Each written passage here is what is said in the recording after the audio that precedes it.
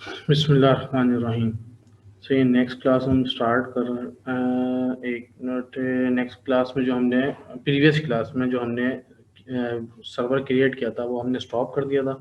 सही है, अब हम करेंगे बैकअप एंड रीस्टोर। सही है, उसके लिए हमें जो है सर्वर एक दफ़ा दोबारा स्टार्ट करना पड़ेगा। सही है, हमने प्रीवियस क्लास में देखा था कि बिल्कुल किस तरीके से हम सेकेंडरी ड्राइव ऐड कराते हैं और सर्वर पे अटैच कराते हैं। सही है, तो किस तरीके से अवेलेबिलिटी जोन सेम होना चाहिए कि वो बिल्कुल उसके साथ अटैच हो। ये बिल्कुल हमने डेप्थ चीज़ें देखी थी इसके अंदर। तो ये अब जो है इसी सर्वर को बिल फर्ज करें, सर्वर रेडी है, ड्राइव अटैच करा दी है हमने। अच्छा, तो अब हम जो है उस सर्वर का हमने बैकअप लेना है, समझ ले एक तरह से। तो इसके अंदर क्या होता है, आप इसका जो है AMI क्रिएट करते हैं।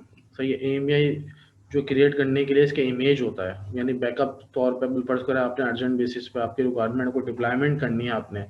सही है, आपने डी ड्राइव की भी ज़रूरत है आपको। अगर सर्वर में डी ड्राइव लगी हुई है तो हम क्या करेंगे, सर्वर का स्नैपशॉट लेंगे। और अगर आपने सिर्फ EBS का लेना है, EBS मतलब सिर्फ एक C ड्राइव लगी हुई है या डी ड्राइव है, सिर्फ उसका बैकअप लेना है, तो उसका आप स्नैपशॉट ले लेंगे। उसका स्नैपशॉट होगा सर्वर का इमेज। हम लोग अभी जो है AMI क्रिएट करने जा रहे हैं। सही है, तो अब जो है अच्छा इसके अंदर ऑप्शन आप देख लें कि दोबारा से लॉन्च बिल्कुल सेम इंस्टेंस बनाना हो, टेम्पलेट बनाना हो। सही है, स्टॉप करना हो, ये रिबूट करना हो। सही है, अच्छा इमेज एंड टेम्पलेट्स के अंदर आप जब जाएंगे इसके अंदर, तो हमने बनाना है इमेज। इमेज मतलब एज अ बैकअप हमने इसको सर्वर को लेना है। सही है, तो अब हम क्रिएट इमेज करेंगे इस सर्वर का। सही, इमेज का नाम देंगे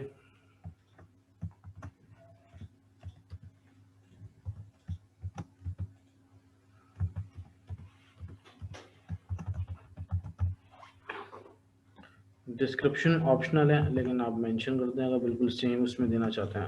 अच्छा, एक जो ऑप्शन जो दे रहा है कि नो रिबूट के अंदर, तो उसको इनेबल का चेक लगा देंगे तो क्या होगा, इमेज बनने के बाद सर्वर रिबूट नहीं होगा, आपके ओरिजिनल कंडीशन में होगा, कोई डाउन टाइम नहीं होगा। मतलब अगर रिबूट होता है तो एप्लीकेशन बंद हो जाएंगी, जो भी चीज़ उसमें सर्विसेज चल रही हैं वो क्लोज हो जाएंगी रिबूट के अंदर। तो आप नो रिबूट के अंदर चेक लगा देंगे।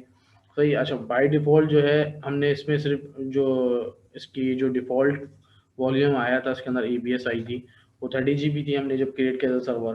तो ये वो वाला है, इसलिए कि इसमें जो सर्वर हमने स्टॉप कर दिया तो वो आपके ड्राइव्स के साथ ही यूज़ में होती जब तक हमने प्रीवियस क्लास में देखा था कि हमें ड्राइव को डिटैच कराना पड़ता है। जैसे कि हमने सेकेंडरी ड्राइव जो अटैच कराई थी, वो जो हम टर्मिनेट करने जा रहा था तो वो बता रहा था कि इन यूज़ है। मतलब तो उसके लिए हमने क्या किया था, पहले डिटैच किया था और फिर उस ड्राइव को डिलीट किया था। सही है, जो हमने मॉडिफाई भी करके देखा था।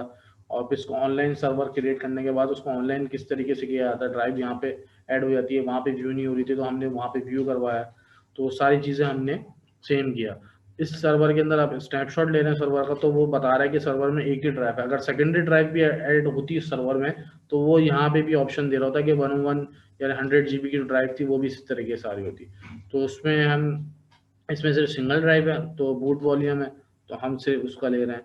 सही है, तो अब इसके अंदर जो है ऐड वॉल्यूम करने के बाद सही है, ये ऑप्शन दे रहा है क्रिएट इमेज का। ये ऊपर एक ऑप्शन है tag image and snapshot separately.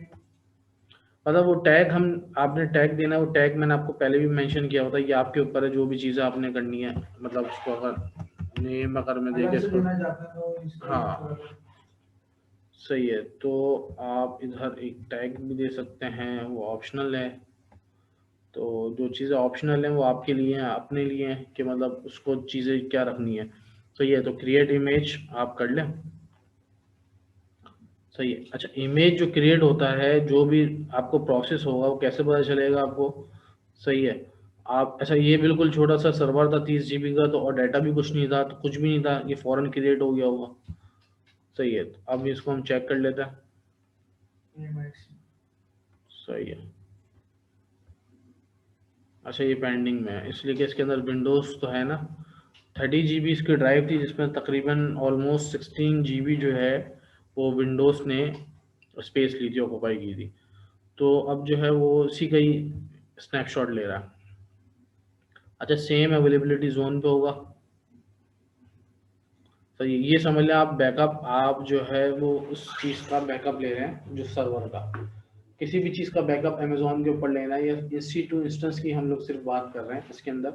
तो EC2 इंस्टेंस का जो बैकअप है हमने वो एक तरीका ये है कि बिल्कुल इसका इमेज ले लिया जाए, यानी इसकी EMI बना ली जाए। अच्छा एक सही सवाल है। है कि बैकअप हमें जरूरत क्यों पड़ी, क्यों बैकअप पड़ती है? बैकअप तो किसी भी चीज़ की ज़रूरत इस वजह से पड़ती है कि डिजास्टर से बचने के लिए, कि अगर ओरिजिनल चीज़ आपकी डिलीट हो जाए या एक्सीडेंटल जो कोई चीज़ हमने हो जाए। S3 बकेट बनाया था, वो भी हम्म तो हमने बैकअप लिया था। वो चीज़ अलग है। वो S3 बकेट हमने किया था, हमने लैपटॉप का बैकअप लिया था, यानी सिंपली एक सर्वर का बैकअप हमने उस पर डाल दिया। सही है। हम वहां पे भी डाल सकते हैं। वहां पे क्या हो रही थी, फाइल्स आप डाल रहे हो तो इसके अंदर एज इट इज जो सर्विस इंस्टॉल करेंगे ना, जैसे मैंने FTP की सर्विस की, IS इंस्टॉल किया, तो एज इट इज इसका जो चीजें इंस्टॉलेशन होंगी ना, तो वो चीज अगर भी आएंगी विंडोज इसके अंदर। इंस्टॉल है तो विंडो का पूरा बैकअप आएगा, मतलब एज इट इज। बिल्कुल एज इट इज इसका बैकअप हमने इमेज लेके रख लिया। सही। ये इमेज के अंदर, अच्छा इस सर्वर के अंदर बिल्फर्स को मैंने इंस्टॉलेशन कर लिया, IS इंस्टॉल कर लिया, एक फोल्डर क्रिएट कर दिया, उसमें डाटा डाल दिया आपने, सारी चीजें कर दी, उसके अंदर सर्विसेज इंस्टॉल कर दी। सही। उसके बाद हमने बैकअप लिया। तो ये बैकअप जब स्टार्ट करेंगे ना, रिस्टोर अभी हम करेंगे, देखेंगे क्या सीन है। तो उसके अंदर जो है वो रिस्टोर जब करते हैं तो बिल्कुल एज इट इज वो आती है। हमने एक चीज नहीं की, इस क्वेश्चन से मुझे याद आया कि अगर हम इस सर्वर को मैं क्रिएट स्टार्ट करने के बाद कुछ फोल्डर्स क्रिएट कर देता, तो और उसके बाद स्नैपशॉट लेता, तो वो फोल्डर्स भी आते। अभी क्या है, बिल्कुल फ्रेश हमने सॉल्यूशन की थी अभी तो और उसका हमने बैकअप ले जरूरत लिया। ये तो बिल्कुल सिर्फ जरूरत हमने नहीं है टेस्टिंग बैकअप की। टेस्टिंग पर्पस के लिए, हाँ टेस्टिंग पर्पस के लिए हमने एक ले लिया था स्नैपशॉट, सिर्फ देखने के लिए कि किस तरीके से बैकअप लेते हैं और किस तरीके से हम रिस्टोर करते हैं इसको। तो वो तरीका है।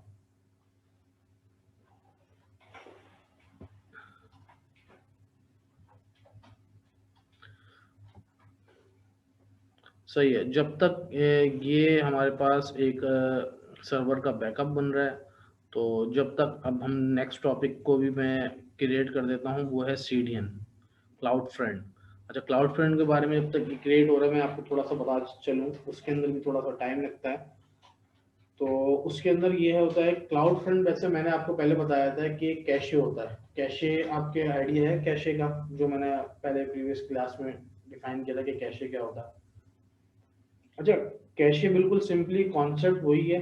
सही है। जो यहाँ पे कैशे कहेंगे और जो गूगल गूगल में कैसे होती है, बिल्कुल वही ब्राउजर वही पे आपको कॉन्सेप्ट है, ब्राउजर इजीली के आपको अंदर टाइम बन जाती है, उसके अंदर जो है वो टाइम है। आपको जल्दी वेबसाइट एक्सेस होती है, आपने ओरिजिन के ऊपर नहीं आती। ओरिजिन में इस वजह से कहूँगा एडमिट नहीं किया? ओह, आपने एडमिट नहीं किया ऊपर?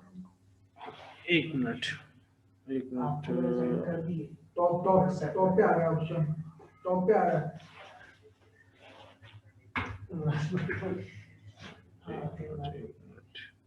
एक मिनट जरा इसको रिज्यूम करते हैं, दोबारा इस टॉपिक पे आते हैं। CDN। अच्छा, क्लाउड फ्रंट। सही है। आपका जो है वो बेसिकली जो है वो कैशे करता है आपके डॉक्यूमेंट्स को। अच्छा, ये बेसिकली इस पर्पस के लिए ज़्यादातर वेब डेवलपर इसको यूज़ करते हैं। वो उस पर्पस के लिए करते हैं कि बिल्फर्स करें, मैं एक पाकिस्तान में बैठा हुआ और डाटा सेंटर में मैंने एक फाइल्स बनाई है, वेबसाइट बनाई, वेबसाइट का डाटा मैंने पाकिस्तानी डाटा सेंटर में रखा हुआ, यहाँ पे कोई डाटा सेंटर क्रिएट किया, उसमें मैंने फाइल्स रख दी। अच्छा, अब जब पाकिस्तान के लोग व्यू करेंगे वेबसाइट, तो उसको पाकिस्तान से, उसको ओरिजिन उसका कहाँ है, पाकिस्तान। और इसके व्यूअर्स या आप क्लाइंट कस्टमर जो यूज़र जो इसके हैं, यूज़र कहेंगे इसको, यूज़र जो हैं वो कहाँ के हैं, ज़्यादातर पाकिस्तान के। तो उनको बेसिकली जल्दी व्यू होगा, या वो मतलब बेसिकली जो इसका जो है वो उनका टाइम जो है वो आपका कंज्यूम कम होगा, और शॉर्ट टाइम के अंदर आपकी वेबसाइट ओरिजिन से डाटा उठा के व्यू करा देगी। अगर अदरवाइज, अगर दूसरी आप सेंस में कहेंगे कि अगर हम यूजर जो है वो US बेस है, वो US से आपकी वेबसाइट को हिट कराता है ब्राउजर के अंदर, और जो वेबसाइट जो पाकिस्तान में जो व्यू होगी वेबसाइट, या पाकिस्तान में ओपन होगी, वो एज कम्पेयर टू US वो जल्दी होगी, और US के अंदर जो है वो थोड़ा सा देर डिले करेगी। सही है। तो वो थोड़ा सा आपको कॉन्सेप्ट क्लियर है कि डिले क्यों करेगी। सही है। वो सीन ये होता है, उसके अंदर जो है वो आपका समझ लें एक आप पाकिस्तान का जो नेटवर्क जो है वो डाटा सेंटर जो है वो पाकिस्तान के अंदर है, जो चीज़ US के अंदर होगी वो US वालों को जल्दी भी होगी, इसलिए कि नेटवर्क रीचेबल थोड़ा MS जो होता है इसका वो कम होगा, और यहाँ पे थोड़ा सा ज़्यादा होगा पाकिस्तान के लिए। इसी तरीके से पाकिस्तान वालों के लिए, पाकिस्तान के लिए वो जल्दी व्यू करेगा, मतलब जल्दी MS में एक्सेस जल्दी होगा, नेटवर्क जो थोड़ा सा फास्ट होगा, और एज कम्पेयर टू US। अगर यूएस वाला बंदा पाकिस्तान में किसी वेबसाइट को एक्सेस करता है जो पाकिस्तान में होस्ट हुई हुई है, तो सेम सिनेरियो यूएस वालों के लिए है। तो इसके लिए डेवलपर्स क्या करते हैं, जैसे बेसिकली मेरा एक वेबसाइट है जो एक ट्रेनिंग सेंटर है जो कि पूरे वर्ल्ड वाइड के लिए मेरे लिए है, मतलब मेरा फोकस जो मेरे यूजर्स हैं वो वर्ल्ड वाइड है, मतलब यूएस से भी मेरे पास यूजर्स आ रहे हैं और जो है मेरे पास यूके से भी हैं, पाकिस्तान के भी हैं, इंडिया के भी हैं, बांग्लादेश के भी हैं, सही एशियंस भी हैं और यूरोपियन कंट्रीज से भी मेरे पास यूजर्स हैं। तो मैं उसके लिए क्या करूँगा कि अगर मैंने पाकिस्तान में होस्ट कर दी तो वो सफ़र करेंगे यूजर्स, मतलब थोड़ा सा रिस्पॉन्स स्लो होगा, सफ़र नहीं करेंगे मतलब रिस्पॉन्स थोड़ा सा स्लो होगा। इसी तरीके से अगर मैंने यूएस, यूरोपियन कंट्रीज या कहीं और बाहर होस्ट कर दी तो पाकिस्तान और एशियन कंट्रीज सफ़र करेंगी। तो उसके लिए बेसिकली डेवलपर्स क्या करते हैं, एक अमेजोन ने एक फीचर निकाला, सर्विस निकाली सीडीएन के नाम से, कि अपनी वेबसाइट का डाटा जो है, जो इम्पोर्टेंट जो आपने जल्दी व्यू कराना है तो वो आप उसको कैशे कर लें। यानी अमेजोन के पास उन्होंने प्रोसेस क्या किया हुआ कि अमेजोन पे एक बकेट बनाया S3, उसमें अपनी फाइल्स डालें और यूआरएल जो बना, जैसे मैंने आपको S3 में दिखाया था कि यूआरएल बनता है, कोई भी फाइल को बकेट के अंदर डालोगे तो एक यूआरएल से एक्सेस होता है, इसी तरीके से क्लाउड फ्रंट का एक यूआरएल होता है ताकि, अच्छा क्लाउड फ्रंट बेसिकली कॉन्सेप्ट क्या है कि वो कैशे करता है, ये तो आपको समझ में आ गया। अच्छा वो कैशे किस तरीके से करता है, एक तो ओरिजिन होता है, ओरिजिन क्या होता है जहाँ पे बेसिकली आपने डाटा रखा हुआ है, यानी S3 बकेट मैंने बनाया है, बिल फर्ज करें यूएस के किसी रीजन के अंदर, वर्जीनिया में मैंने बना दिया, सही है, तो ओरिजिन उसका किसी भी डाटा का ओरिजिन क्या हुआ, वो यूएस हो गया, वर्जीनिया हो गया। और मैंने अगर उसको क्लाउड फ्रंट उसके साथ इंटीग्रेट कर दिया तो वो क्या करता है, मैक्सिमम मेरे ख्याल से उस टाइम पे 50+ जगहों पे जो है वो उसका आपका एज पॉइंट है। एज पॉइंट क्या होता है, कोई भी वेबसाइट अगर मैं व्यू करता हूँ तो एक तो ये होता है कि जहाँ पे डाटा सेंटर फाइल्स पड़ी हैं वो वहां से जाके वेबसाइट को डाटा एक्सेस करता है, वो आपको व्यू कर देता है। अब बेसिकली एज क्या होता है, ये कैशे क्या होता है, वो क्या करता है, कैशे एज बना देता है, एज हर कंट्रीज के हिसाब से वो एज बना दिया, उसने हर डाटा सेंटर का अवेलेबिलिटी जोन्स में उसके कैशे रख दी। मतलब मैं जो समझा हुआ है सेंट्रलाइज बना दिया हमने कि हर चीज पूरे उतनी दूर नहीं जाना पड़े उसको उठाने के लिए, वो बीच से ही उठा ले, 20 से मतलब, हाँ बिल्कुल, सेंटर से उठा ले। बिल्कुल एज मतलब यही होता है ना, किसी भी चीज का एज पे वो कॉपी कर दी आपकी एज इट इज, वो चीज का डाटा उठा के इसको कॉपी कर दिया आपने एज के ऊपर। अब एज से एक्सेस होगा तो वो इजिली, अगर जैसे यूएस से कोई यूजर एक्सेस कर रहा है, उसका एज बना हुआ है यूएस के अंदर, तो वो इजिली पाकिस्तान नहीं आना पड़ेगा, उसको एक्चुअल जो डाटा रखा हुआ है बकेट के अंदर उसको वहां नहीं आना पड़ेगा, उसको वहीं से एक्सेस हो जाएगी, तो चीज उसके लिए थोड़ा सा फास्ट हो जाएगी एज कम्पेयर टू प्रीवियसली। कि अगर मैं होस्ट पाकिस्तान में डाटा, मैंने उसको पाकिस्तान में रखा हुआ, यूएस यूजर पाकिस्तान आके एक्सेस कर रहा हूँ डाटा को, तो वो थोड़ा सा स्लो होगा एज कम्पेयर टू हम लोकली अगर हम पाकिस्तानी यूजर्स एक्सेस कर रहे हैं।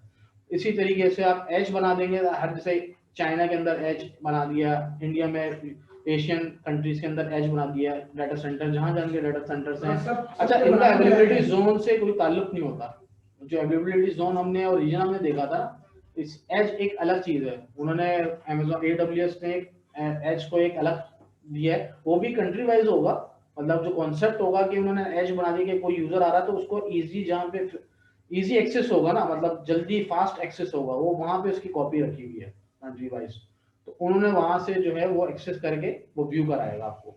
तो बेसिकली कॉन्सेप्ट इसका यही है कि आप वो जो है उसकी कॉपीज बना बना के डिफरेंट लोकेशंस पे उन्होंने रख दी हैं कि जहां का यूजर आए वो वहां से एक्सेस कर ले, बस ये इसका थोड़ा छोटा सा कॉन्सेप्ट है सीडीएन का।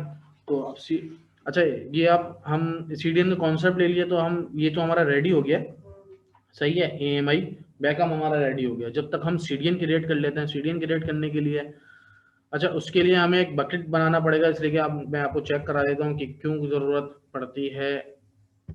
ये इंस्टेंस से भी हो सकता है, क्लाउड फ्रंट पे आता है, ये ऑप्शन दे रहा है सीडीएन, आप सर्च कराएंगे तो क्लाउड फ्रंट पे ही आ रहा है, सही है। अभी डिस्ट्रीब्यूशन नहीं बनाई हुई हमने, डिस्ट्रीब्यूशन मत, ये आप जब क्रिएट करेंगे ना डिस्ट्रीब्यूशन, तो ये दो ऑप्शन दे रहा है।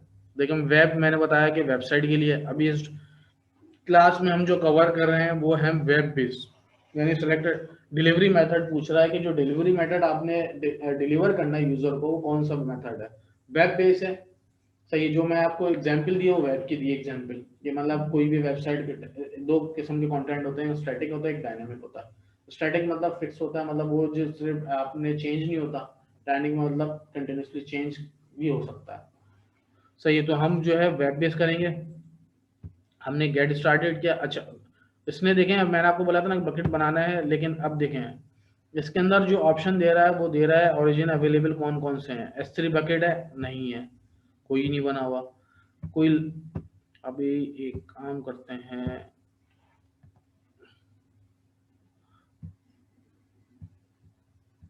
इसके सही लिए है, S3 बकेट होना लाजमी है। बकेट होना चाहिए। इलास्टिक ऑप्शन दे रहा है ये इलास्टिक, सही, इलास्टिक लोड बैलेंसर होना चाहिए, मीडिया पैकेज ओरिजिन कोई होना चाहिए, सही है, स्टोर कंटेनर से, सही है। अब जैसे मैं आपको एग्जांपल जो उसमें दूंगा कि अमेजॉन S3 बकेट इस तरीके से सीडीएन से कैसे लिंक होता है, सही है। अब जो है इसको मैं बकेट की तरफ जाता हूँ।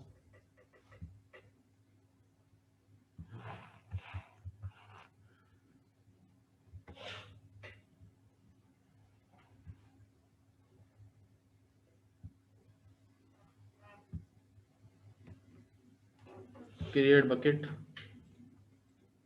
अब वो वाली चीज़ हम देख लेते हैं कि मैंने लैपटॉप, प्रीवियस क्लास से आता आपको याद होगी, लैपटॉप बैक अब बैकअप नहीं बनना था।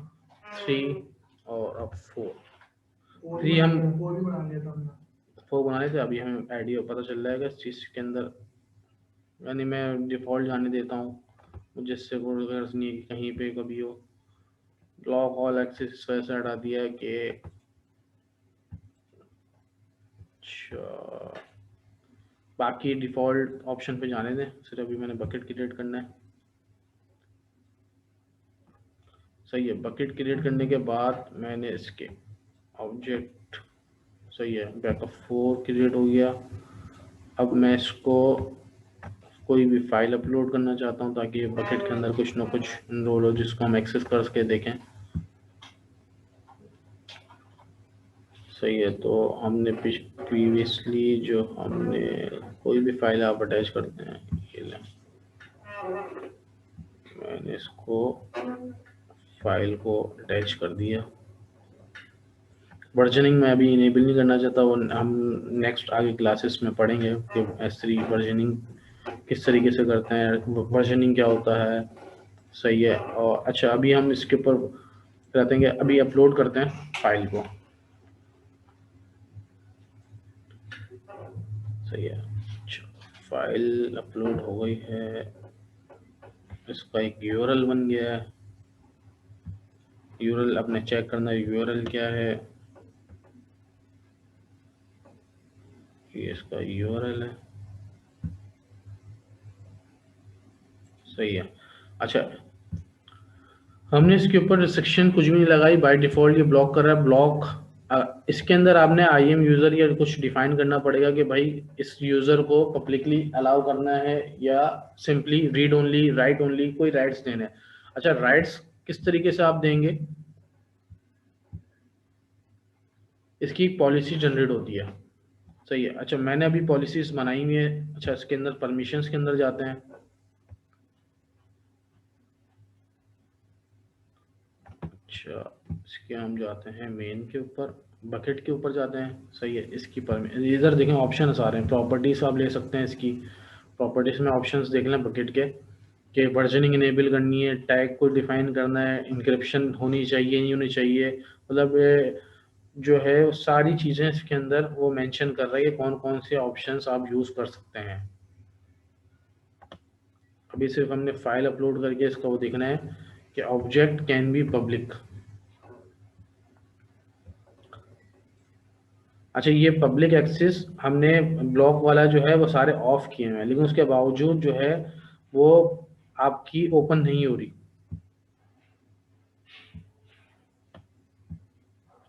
सही है। अच्छा, इसके अंदर कोई भी परमिशन या पॉलिसी नहीं लगी हुई, कि मतलब जैसे कि आप ये देखें कि इसकी पॉलिसी अगर मैं एडिट करता हूं तो अभी ब्लैंक आ रही है, no policy display.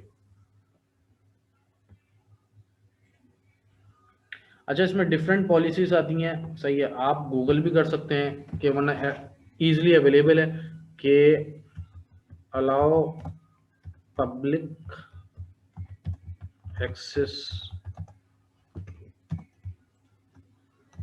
S3 bucket,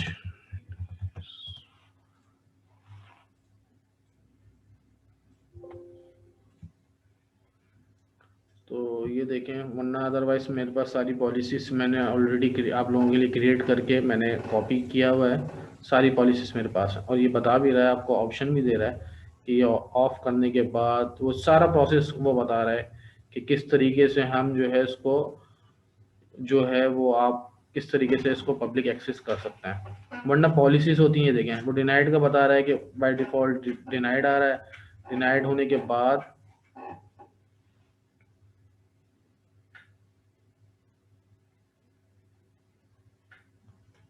सही है। अच्छा, ये आपको पॉलिसीज डिफरेंट डिफरेंट मिल जाएंगी, मतलब बनी बनाई अमेज़ॉन की भी पब्लिक मिल जाएगी, सारी पॉलिसीज आपको ईजिली अवेलेबल हैं। वरना आप अमेज़ॉन के ऊपर एक ऑप्शन दिया हुआ है इन्होंने कि how to create the Amazon S3 bucket policy, या जो भी आप सर्च कराएंगे तो आपको एक कैलकुलेटर भी मिल जाएगा उनका। जैसे अमेज़ॉन का कैलकुलेटर है ना, जिसमें हम प्राइसिंग डिफाइन करते हैं, प्राइसिंग चेक करते हैं कि कितनी अप्रोक्सीमेट कितनी प्राइसिंग हमारी मंथली आएगी अगर हम ये इतनी यूटिलाइजेशन करेंगे। इसी तरीके से पॉलिसी जनरेटर भी है कि आप पॉलिसी जो चीज़ आपने पॉलिसी क्रिएट करनी है किसी भी किस्म की, तो वो आपकी पॉलिसी बना सकते हैं। जैसे S3 की बनानी है, बकेट की बनानी है, कौन कौन ईजिली पब्लिक एक्सेस हो, प्राइवेट एक्सेस हो, ये यहाँ से एक्सेस कर सके, फाइल रीड ओनली हो, राइट ओनली, अपलोड भी कर सके, तो ये सारी पॉलिसीज क्रिएट कर सकते हैं हम पॉलिसी जनरेटर में। सही है। तो मेरे पास जो है बहुत सी पॉलिसीज मैंने आपके लिए रखी हुई है। सही है। अच्छा, इन पॉलिसीज को हम अप्लाई करके देख लेते हैं। जैसे केयर रीड ओनली की हम पॉलिसी हम देख लेते हैं कि क्या है। सिंपली ये देखें, मेंशन कर रहा है कि भाई आप जैसे कि बिल फर्स्ट कर मैं आपको कॉपी करके लाइव दिखाता हूँ कि क्या क्या इश्यूज। ये पॉलिसी आप क्रिएट कर लें, वरना गूगल करेंगे तो आपको मिल भी जाती हैं। वरना मैंने जो पॉलिसीज जो है मैक्सिमम पॉलिसीज मैंने खुद क्रिएट की हुई, तो ये आपको मैं क्रिएट करना भी दिखा दूंगा कि किस तरीके से पॉलिसी हम क्रिएट करते हैं। क्लाइंट के हिसाब से हमें अक्सर बनानी पड़ती है। बिल्कुल, वो अकॉर्डिंग टू रिक्वायरमेंट होती है कि आपकी रिक्वायरमेंट क्या है, उस हिसाब से आप पॉलिसी जनरेट करते हैं। सही है कि और जो है ये मैं आपको दिखाता हूँ ताकि आपको थोड़ा सा आइडिया भी हो जाए।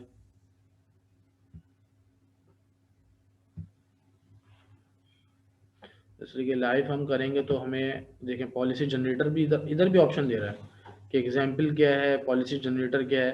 तो जब वो आप टैब खोलेंगे तो ये आपका एक टैब खुल जाएगा जो पॉलिसी जनरेट करने के लिए कि अलाउ कराना है, डिनाई कराना है। बिल फर्ज करें मैंने अलाउ कराना है, प्रिंसिपल वो आपको मेंशन करेगा, सारी चीज़ आपने मेंशन करनी है। सर्विसेज कौन सी है, ऑल सर्विसेज के लिए बनाना है। एक मिनट, सही है। ये आप एक्शंस देख लें कि क्या एक्शन परफॉर्म करना है।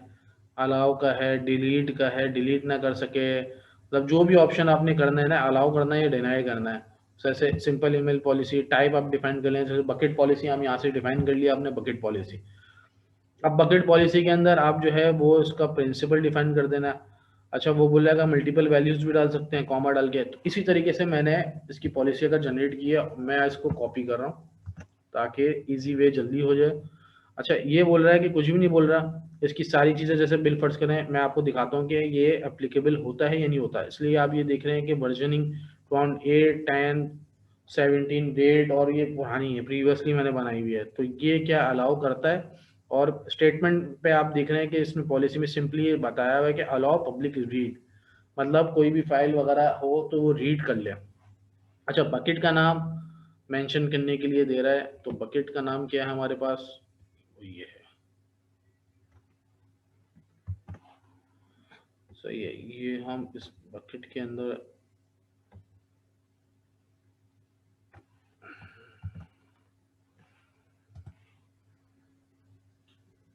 ये इसके स्टेप्स हैं बनाने के पॉलिसी। सही नहीं, ये पॉलिसी क्रिएट हुई भी ना, मैंने आपको बताया था ना वो जो शेयर कराई थी मैंने आपको बहुत सारी पॉलिसीज। अच्छा, मैंने पॉलिसीज बनाई हुई है। सही ये है। कहाँ पे होती हैं ये पॉलिसी जनरेटर में क्रिएट होगी ना, यही यही चीज तो मैं आपको बता रहा था कि ये पॉलिसी जनरेटर है। वो ऑप्शन आपको शुरू में भी दे देता है। तो ये पहले हम ये चेक कर लेते हैं कि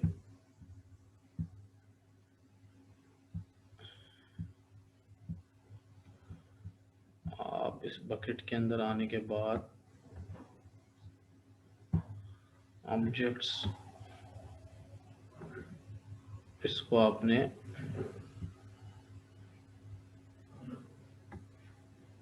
अच्छा ये यूआरएल जो है ना तकरीबन ऑलमोस्ट सेम आता है,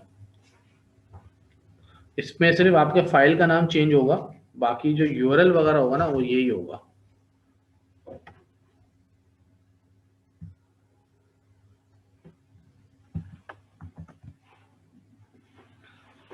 सही है।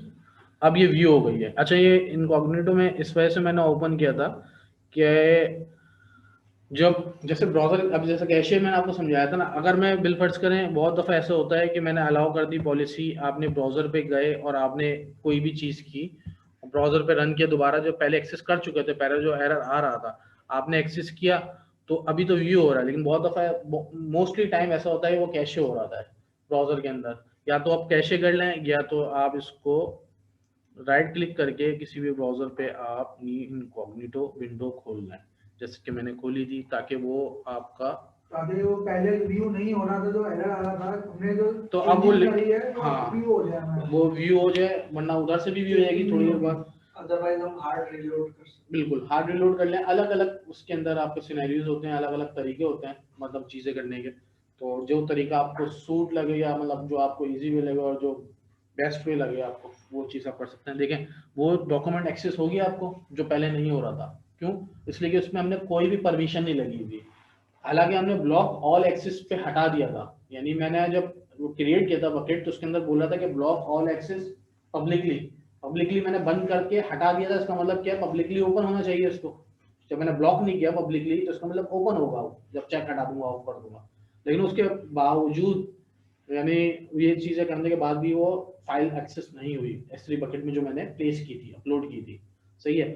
अब देखें, अगर हम ये पॉलिसी लगा सकते हैं कि कुछ रीजन में ये व्यू हो, कुछ रीजन में ना हो। बिल्कुल बिल्कुल ये पॉलिसी लगा सकते हैं, बिल्कुल कंट्री वाइज भी लगा सकते हैं आप पॉलिसी, आप जनरेट कर लें कि भाई आपने यूएस में कोई ये जो डॉक्यूमेंट्स है, ये जो भी मेरे वो व्यू ना हो, तो अकॉर्डिंग टू रिक्वायरमेंट मैं बोला ना, पॉलिसी जनरेटर मैंने आपको दिखा दिया है कि पॉलिसी अलग अलग किस्म की पॉलिसीज जनरेट होती हैं इसके अंदर।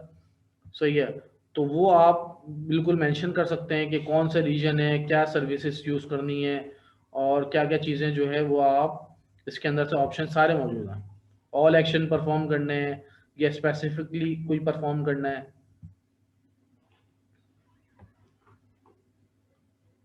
सही है।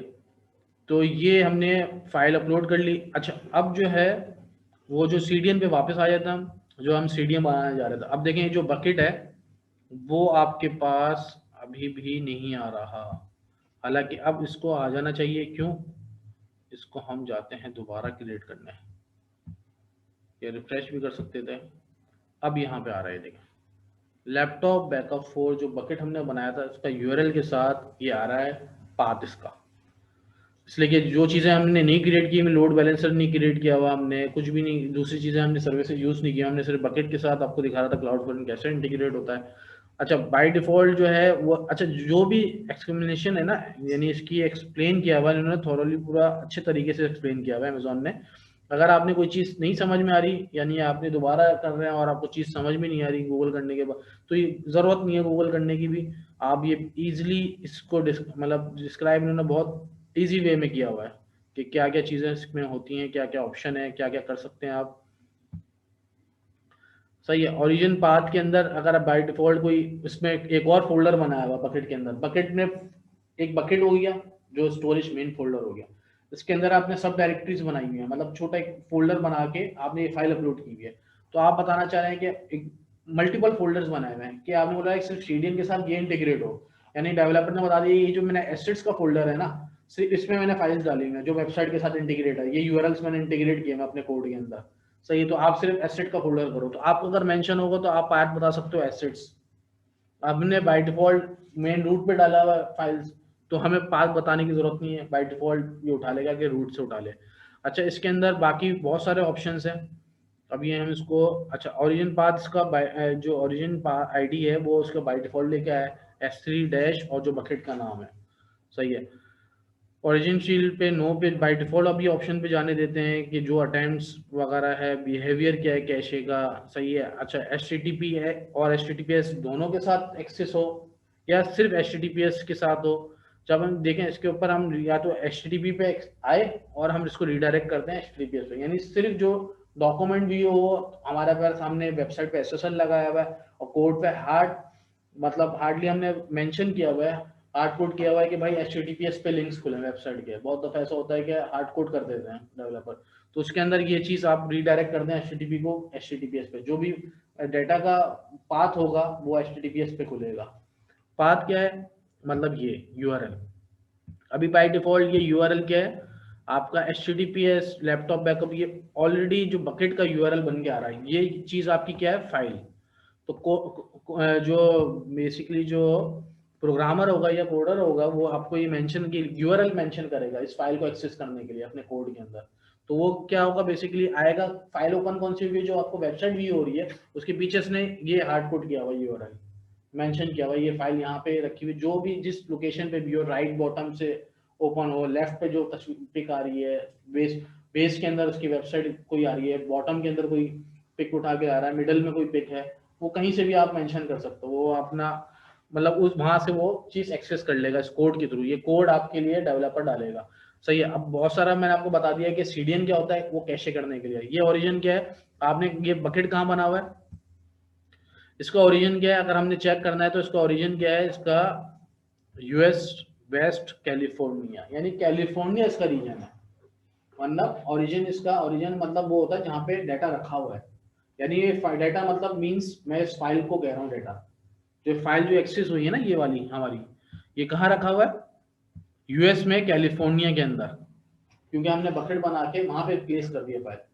अब बेसिकली क्या होगा, अगर मैं कैशे नहीं करता या CDN यूज नहीं करता, इस URL को मैं जब भी डाल सकता हूँ कोड के अंदर, तो उसमें क्या होगा कि पाकिस्तान का जब भी यूजर कोई एक्सेस करेगा ना वेबसाइट को, किसी भी वेबसाइट को आप देख लें, vismotech.com को देख लें, उसके अंदर अगर मैंने ये यूज किया हुआ बकेट इस्तेमाल किया हुआ, S3 बकेट में मैंने फाइल्स डाल के वहां से व्यू कराएंगे, मैं डायरेक्ट होस्ट पे नहीं रखा हुआ।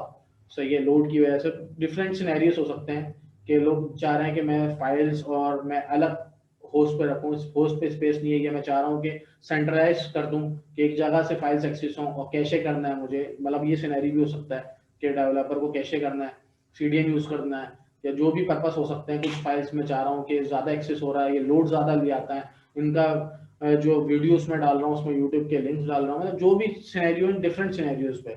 तो हम जो सिनेरियो पे बात कर रहे हैं वो ये कर रहे हैं कि कैशे करना है डेवलपर ने, और ताकि वर्ल्ड वाइड वो वेबसाइट है, ये जो भी उसका बिजनेस है वर्ल्ड वाइड, जैसे vismotech.com वर्ल्ड वाइड एक्सेस किया जा रहा है, और मैंने इसका डाटा जो है वो कैशे करना है। तो मैंने एक बकेट में प्लेस करा दिया, वो मेरा जहाँ पे ज्यादा यूजर्स हैं, जैसे मुझे पता चल गया यार मेरा कैलिफोर्निया के अंदर जो है ना, इसके यूजर्स की ज्यादा व्यूअरशिप आ रही है मेरे पास वेबसाइट पे, तो मैंने बकेट ही एक तो पहले मेनली मैंने उधर बना दिया, फाइल्स मैंने डायरेक्ट उधर प्लेस करा दी। अब जाहिर सी बात है मेरे यूजर सिर्फ कैलिफोर्निया के तो नहीं है ना, रीजन वाइज तो मेरी वेबसाइट नहीं है ना, मतलब रीजन वाइज कंट्री वाइज तो नहीं है, सिर्फ कंट्री US के लिए हो। तो मुझे क्या करना है, दूसरे एरियाज को, ये दूसरी कंट्रीज को भी फोकस करना है, तो मैं उसके लिए क्या कर रहा हूँ, CDN क्रिएट कर रहा हूँ ताकि वो कैशे कर ले ओरिजिन। मैंने आपको बताया था कि वो H पे काम करता है, H क्या होता है किसी भी चीज का कॉर्नर, ताकि वो बिल्कुल इंटर अंदर होके बकेट के अंदर ना आए, ना US जाए और जाके उस बकेट के अंदर जो फाइल पड़ी है उसको एक्सेस करे, अदरवाइज वो उसके उसी के ओरिजिन के अंदर आपको व्यू हो जाएगी। यानी यूजर को जिस जगह का आ रहा है, तो अमेजोन ने बड़ी अच्छी एक CDN की फैसिलिटी निकाली है कि मतलब सर्विस निकाली है कि मतलब अगर मैं पाकिस्तान से आ रहा हूँ तो मुझे करीबी जो इनका एज लोकेशन होगी वहां से व्यू होगी फाइल। सही है, ये चीज क्लियर है। अब हम CDN को इंटीग्रेट कर लेते हैं इस S3 बकेट के साथ। सही है, तो ये मल्टीपल ऑप्शंस हैं, इन ऑप्शंस के बारे में भी हम आगे पढ़ेंगे कि कैशे डिफॉल्ट मतलब use a cache policy and origin request policy. आपने अगर कैशे सेटिंग चेंज करनी है, सही है, इसके टाइम टू लिव भी होता है आपने। अच्छा, ये चीज एक चीज है, ये चीज थोड़ी सी इंपॉर्टेंट है, लोग करते हैं। अच्छा, लोग क्या करते हैं कि ये URL वो चाह रहे हैं कि यार मुझे क्लाउड फ्रंट का URL व्यू ना हो ना, ये URL मुझे थोड़ा सा लग रहा है, मुझे चाह रहा हूँ जैसे मेरी vismotech.com है ना, तो मैं चाह रहा हूँ कि मैं documents.vismotech.com इस तरह का URL इस जगह पे आ रहा हूँ। सही है, इस जगह पे जो यूआरएल आ रहा हो ना, वो आ रहा हो https:// documents.ismotech.com/फाइल का नाम। ये यूआरएल एक तरतीब बन जाए, मतलब एक सिस्टमेटिक काम हो, प्रॉपर काम हो, तो ये हो। तो उसके लिए वो क्या करते हैं, मतलब मार्केट का नाम नहीं आ रहा हो, कोई हम अपने जो चाह रहे हैं वो आ रहा हो। हाँ, मतलब जो मेरी वेबसाइट का हो, कोई भी अगर पेज को अगर करता है, व्यू करता है, तो उसके अंदर अगर कोई लिंक चेक कर रहा है तो उसको ये लिंक मिले। तो इसके अंदर आप क्या करेंगे, अच्छा इसके अंदर वो बोल रहा है कि प्राइस, क्लास, लोकेशन, यानी एज लोकेशन वो पूछ रहा है कि कहाँ पे करें। ऑल एज लोकेशन, ये देखें, क्या यूएस, कनाडा और यूरोप के अंदर आपने एज करना है, सही है, आपके यूजर्स वहां पे हैं, या US, Canada, Europe, Asia, middle east and Africa, या सिर्फ ये आपका स्पेसिफिक एरिया है जिसको आपने कवर करना है, जो आपके ज़्यादातर यूजर्स हैं, या ऑल लोकेशन। अच्छा, उन्होंने मेंशन भी किया है कि बेस्ट परफॉर्मेंस इसकी आएगी, मतलब वो स्पेसिफिकली आपने डिफाइन नहीं कर रहे कंट्रीज, आप इसके अंदर ये निकल लें, तो उसके अंदर ये ऑप्शन आप सेलेक्ट कर लें। अच्छा, AWS वेब हम ये आगे पढ़ेंगे कि ACL क्या होगा, कैसे क्रिएट करेंगे, और वेब कैसे क्रिएट होता है। ये बेसिकली आपको एक फंक्शन दिया हुआ है जिसके अंदर आप आईपी से अलाउ कर सकते हैं, बेसिकली सिंपली यहाँ से इसका एक्सेस हो, सही, अदरवाइज वो कोई इस आईपी के बगैर, या इसकी पब्लिक आईपी कह लेंगे, जैसे कि अमेजोन के सेंस में इलास्टिक आईपी कहते हैं ना, जैसे पब्लिक आईपी, इलास्टिक आईपी वहां पे आप डिफाइन करते हैं किसी भी सिस्टम को, यहाँ से सिर्फ अलाउ हो। तो ये हमने नहीं करना, हमने पब्लिकली ओपन कर रहे हैं, तो पॉलिसी लगाने की जरूरत नहीं है। ऑल्टरनेट डोमेन नेम में मैं इसको डाल दूं डॉक्यूमेंट्स डॉट ismotech.com। तो इस तरीके से मैं इसको सीनेम वगैरह डाल के, अब सीनेम एक राउट 53 के अंदर हम कवर करेंगे आगे के नेक्स्ट क्लासेस के अंदर, कि किस तरीके से हम डीएनएस पॉइंट करते हैं, सीनेम क्या होता है, सीनेम को किस तरीके से इसके अंदर हम यूज कर सकते हैं, सही है। अभी हम इसको नहीं कर रहे सीनेम वगैरह को, अभी हम वैसे ही जाने देते हैं, डिफॉल्ट कॉन्फ़िगरेशन पे जाने देंगे। डिफॉल्ट कॉन्पोनेंट का बता रहा है कि इस तरीके से कोई यूआरएल आ जाएगा रैंडम, ये बता भी रहा है एग्जांपल कि ये ऐसे करके कोई यूआरएल आ जाएगा, आपका जो फाइल रखी होगी ये करके यूआरएल आएगा क्लाउड फ्रंट का, सही है। बाकी ये ऑप्शन आपने इनेबल जो बाय डिफॉल्ट है वो जाने दें। आपने क्या किया हुआ है, सही है, ये डाला हुआ है, अब आपने क्रेडिट डिस्ट्रीब्यूशन कर दिया।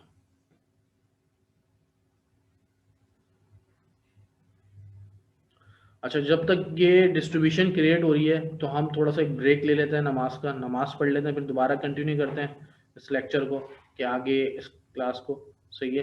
तो मैं ये पॉज कर, सही है, थोड़ा सा क्लास रिज्यूम करते हैं, सही है। अच्छा, ये हो गया आपका। अच्छा, क्लाउड फ्रंट पहले हम देख लेते हैं, इसलिए कि ये आपका, आपकी डिस्ट्रीब्यूशन आ गई है, इसमें सारी चीज़ें मेंशन है। अच्छा, इसको खोल लें, सही है। अच्छा, वो जो हमने बताया था, स्टैटिक दे रहा था कि वो ऑटो डोमेन नेम लेके आ रहा है, कमेंट कुछ नहीं है।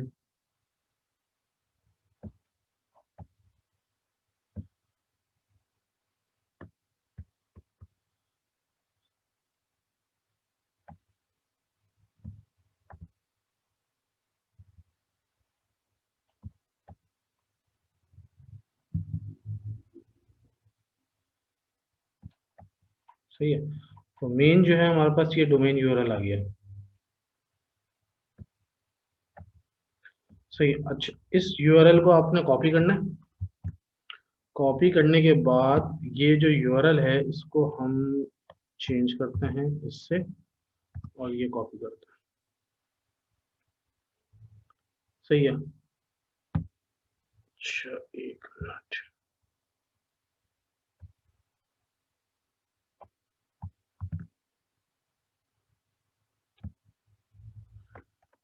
सिंपली हमने ये चीज, एक चीज चेक करनी है इसके, कर लेते हैं।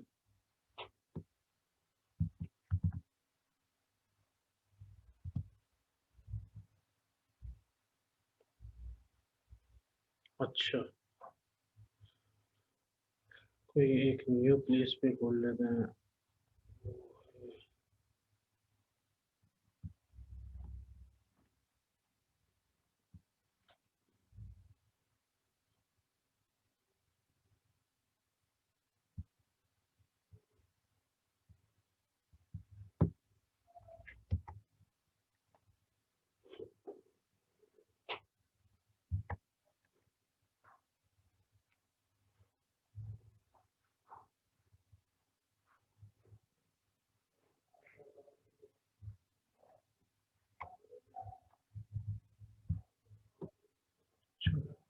थोड़ा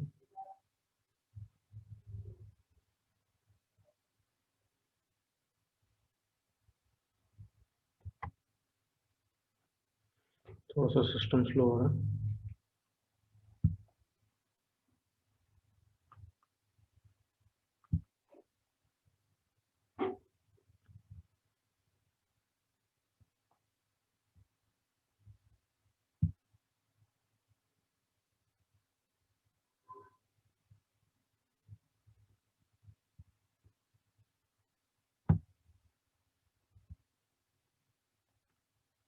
चलेंगे मेरे ख्याल से इसी पे चेक कर लेता हूँ, थोड़ा सा सिस्टम स्लो है, इसको हम आगे कंटिन्यू कर लेते हैं। मतलब बेसिकली ये है कि वो फाइल जो है ना उसी यूआरएल के साथ, सही है, ये फाइल आपकी वैसे ही व्यू हो जाएगी। मतलब आपका यूआरएल चेंज है, मतलब आप कोड में अगर ये भी मेंशन करें, इसलिए कि वो आपको ये जो ये यूआरएल वाला होगा ना, ये आपका कैशे नहीं है, सही है। अगर मैं इसकी जगह पे ये यूआरएल डाल रहा हूँ, तो ये वाला जो यूआरएल है आपका, सो ये डबल प्लेस हो गया, तो इसको ये वाला जो यूआरएल आपका ये वाला है ना, आपको इसको भी मैं, सही है, ये जो आपका यूआरएल है ये यूआरएल आपका कैशे है, सीडीएन यूआरएल है। इसलिए सीडीएन के अंदर ये यूआरएल हमने कहाँ से लिया, बेसिकली ये यूआरएल हमने मिला है सीडीएन जब हमने क्रिएट किया है। क्रिएट करने के बाद जो उसने बताया है कि भाई ये डिलीवरी मेथड ये है, वेब के लिए इस्तेमाल हो रहा है, आईडी ये है, सही है, डोमेन नेम ये है। इसका मतलब डोमेन नेम ये होगा, कोई भी वेबसाइट व्यू होती है तो उसके साथ होती है। तो अगर हमें इसको बेसिकली कुछ नहीं करूँ, अगर मैं ये करता हूँ इसको ये, तो इसके अंदर आपको व्यू होगा कि वो इसको रिडायरेक्ट, मतलब वो बेसिकली जो बकेट के ऊपर ही देख रहा है, बकेट के पास जा रहा है और वहीं से फाइल ले रहा है, सही है। तो बकेट पे हमने डॉक्यूमेंट्स व्यू करने का दिया हुआ, तो डॉक्यूमेंट्स क्या है वो ये वाले हैं। अगर मैं इसकी फाइल कॉपी करता हूँ, इसलिए कि हमने सिर्फ एक ही फाइल बकेट के अंदर प्लेस की है, अदरवाइज दूसरी फाइल्स होंगी तो आप दूसरे यूआरएल्स आपके क्रिएट होते चलेंगे इसी तरीके से, सही है। ये आपका यूआरएल वो वाली फाइल खुल गई है। तो बेसिकली आपको जो सीडीएन के साथ इंटीग्रेट करना था, बकेट को किस तरीके से इंटीग्रेट करते हैं for cache purpose, for origin, मतलब डिफरेंट पर्पस के अंदर ये आप यूज कर सकते हैं, सही है। हमने वेब बेस्ड वो देखा है, और उसके अंदर के आप किस तरीके से वेबसाइट की फाइल्स वगैरह आप बकेट में रख के सीडीएन के साथ इंटीग्रेट करते हैं और एच पे ले आते हैं। तो वो उसकी वो सी उस सीनेम की जगह पे आप जो है, अगर मैं सीनेम क्रिएट करता हूँ और डीएनएस के अंदर पॉइंटिंग करना जरूरी था, इसलिए कि वो सीनेम दे रहा था आपको, इसलिए कि सीनेम मेरे डोमेन के अंदर तो पॉइंट नहीं था। जब हम राउट 53 देखेंगे तो वो सीनेम भी हम यही वाला हम सीनेम भी देखेंगे किस तरीके से सीनेम क्रिएट करके इस डोमेन की यूआरएल चेंज करते हैं। उसके अंदर क्या हो जाता, ये यूआरएल उसके अंदर ये हो जाता है कि मैं जो बनाना चाह रहा था कि डॉक्यूमेंट्स डॉट ismotech.com, सही है। वो यूआरएल में ये बनाना चाह रहा था कि जो कि अगर मैं व्यू करूंगा तो कुछ भी नहीं है, तो अदरवाइज जब सीनम पॉइंट हो जाएगा, वो बकेट के अंदर सीनम पॉइंट होने से क्या होगा, वो डिस्ट्रीब्यूशन बताएगा कि इस बकेट के ऊपर, इसलिए वो हम बकेट वाइज हमने डिस्ट्रीब्यूशन बनाई है। सीडीएन बनाते वक्त बकेट का पूछा था उसने, तो जब बकेट का उसने पूछा था तो हमने मेंशन किया था, इसलिए सीनम जब उसने मेंशन किया कि अगर आप डोमेन नेम जब व्यू होगा ना, तो हम जब इसके पॉइंट करा देंगे यहाँ पे, तो वो जब सीनेम का जब एक्सेस करने जाएगा, इस सीनेम क्या है इस सेंस में, ये यूआरएल जो मैं क्रिएट करना जा रहा था सीनेम, तो जब भी वो ये यूआरएल होगा तो वो सीडीएन पे बकेट पे चले आएगा। जब बकेट पे आएगा तो ये फाइल जब एक्सेस पड़ी भी है वहां पे, तो वो फाइल व्यू हो जाएगी। तो ये इशू नाम चेंज करने के लिए सीनेम यूज करते हैं। सीनेम बिल्कुल, आपने जो है वो कोई भी नाम आपने क्रिएट करना है जी। तो इमरान भाई मतलब इसका मतलब ये है कि अगर हमारे पास डोमेन होता, ठीक है, तो वो डोमेन इस बकेट के ऊपर जाता और इसको कन्वर्ट करके इसको फाइल उस पे दिखा देता बिल्कुल के बिल्कुल, ऊपर, ऐसा अगर वो हम पॉइंट करा देते, वो राउट 53 में मैंने आपको बताया ना कि राउट 53 एक डीएनएस पॉइंटिंग होती है डोमेन की। जैसे कि नॉर्मल एक डीएनएस, आपको तो डीएनएस को तो आईडिया ना, जो हमने डिटेल इसको थोड़ा सा पढ़ा था, जी जी स्टडी जी किया था कि बिल्कुल। डीएनएस क्या होता है। तो इसी तरीके से राउट 53 भी डीएनएस के ऑप्शन देता है आपको कि अपना जो डीएनएस है वो अपने अमेजोन पे राउट 53 की सर्विस यूज करते हुए मैनेज कर लो डीएनएस। तो जब हम वो डीएनएस राउट 53 मैनेज करेंगे, कॉन्फ़िगर करेंगे, तो हम देखेंगे कि इस तरीके से हम सीनेम वहां पे ऐड करा सकते हैं, और ऐड कराने के बाद जो है हम किस तरीके से सीडीएन पे इंटीग्रेट करके अपना इस यूआरएल को हम documents.vismotech.com और /file हम यूज कर सकते हैं। तो बेसिकली सिंपल ये पर्पस है।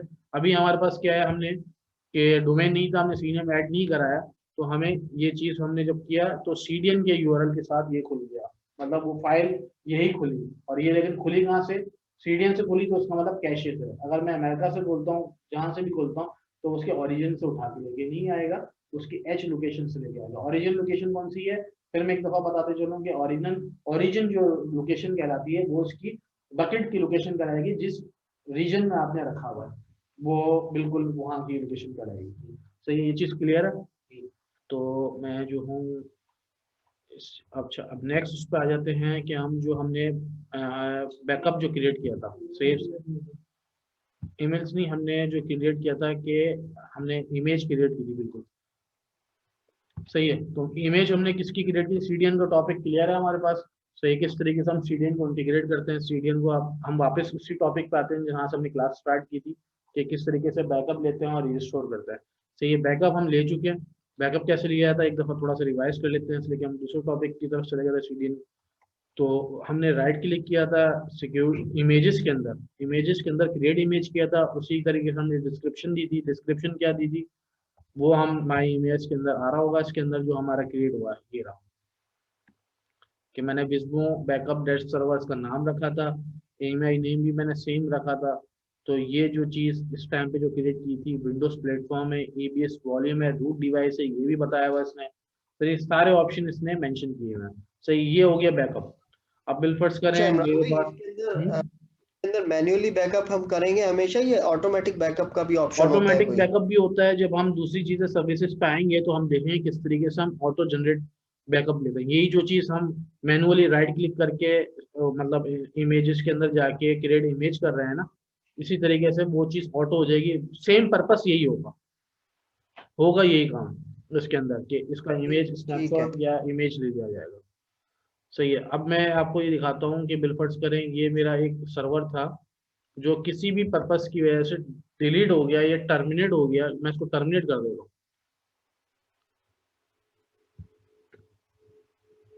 सही है, अब ये सर्वर पूछ रहा है, ये मैंने इसको टर्मिनेट कर दिया। अब मेरे पास इसका पास बैकअप मौजूद है। अब मैं जब बैकअप मेरे पास मौजूद है, सेम एज इट इज जो है वो सर्वर हमारे पास ऑलरेडी सेम उस पे क्रिएट हो जाएगा।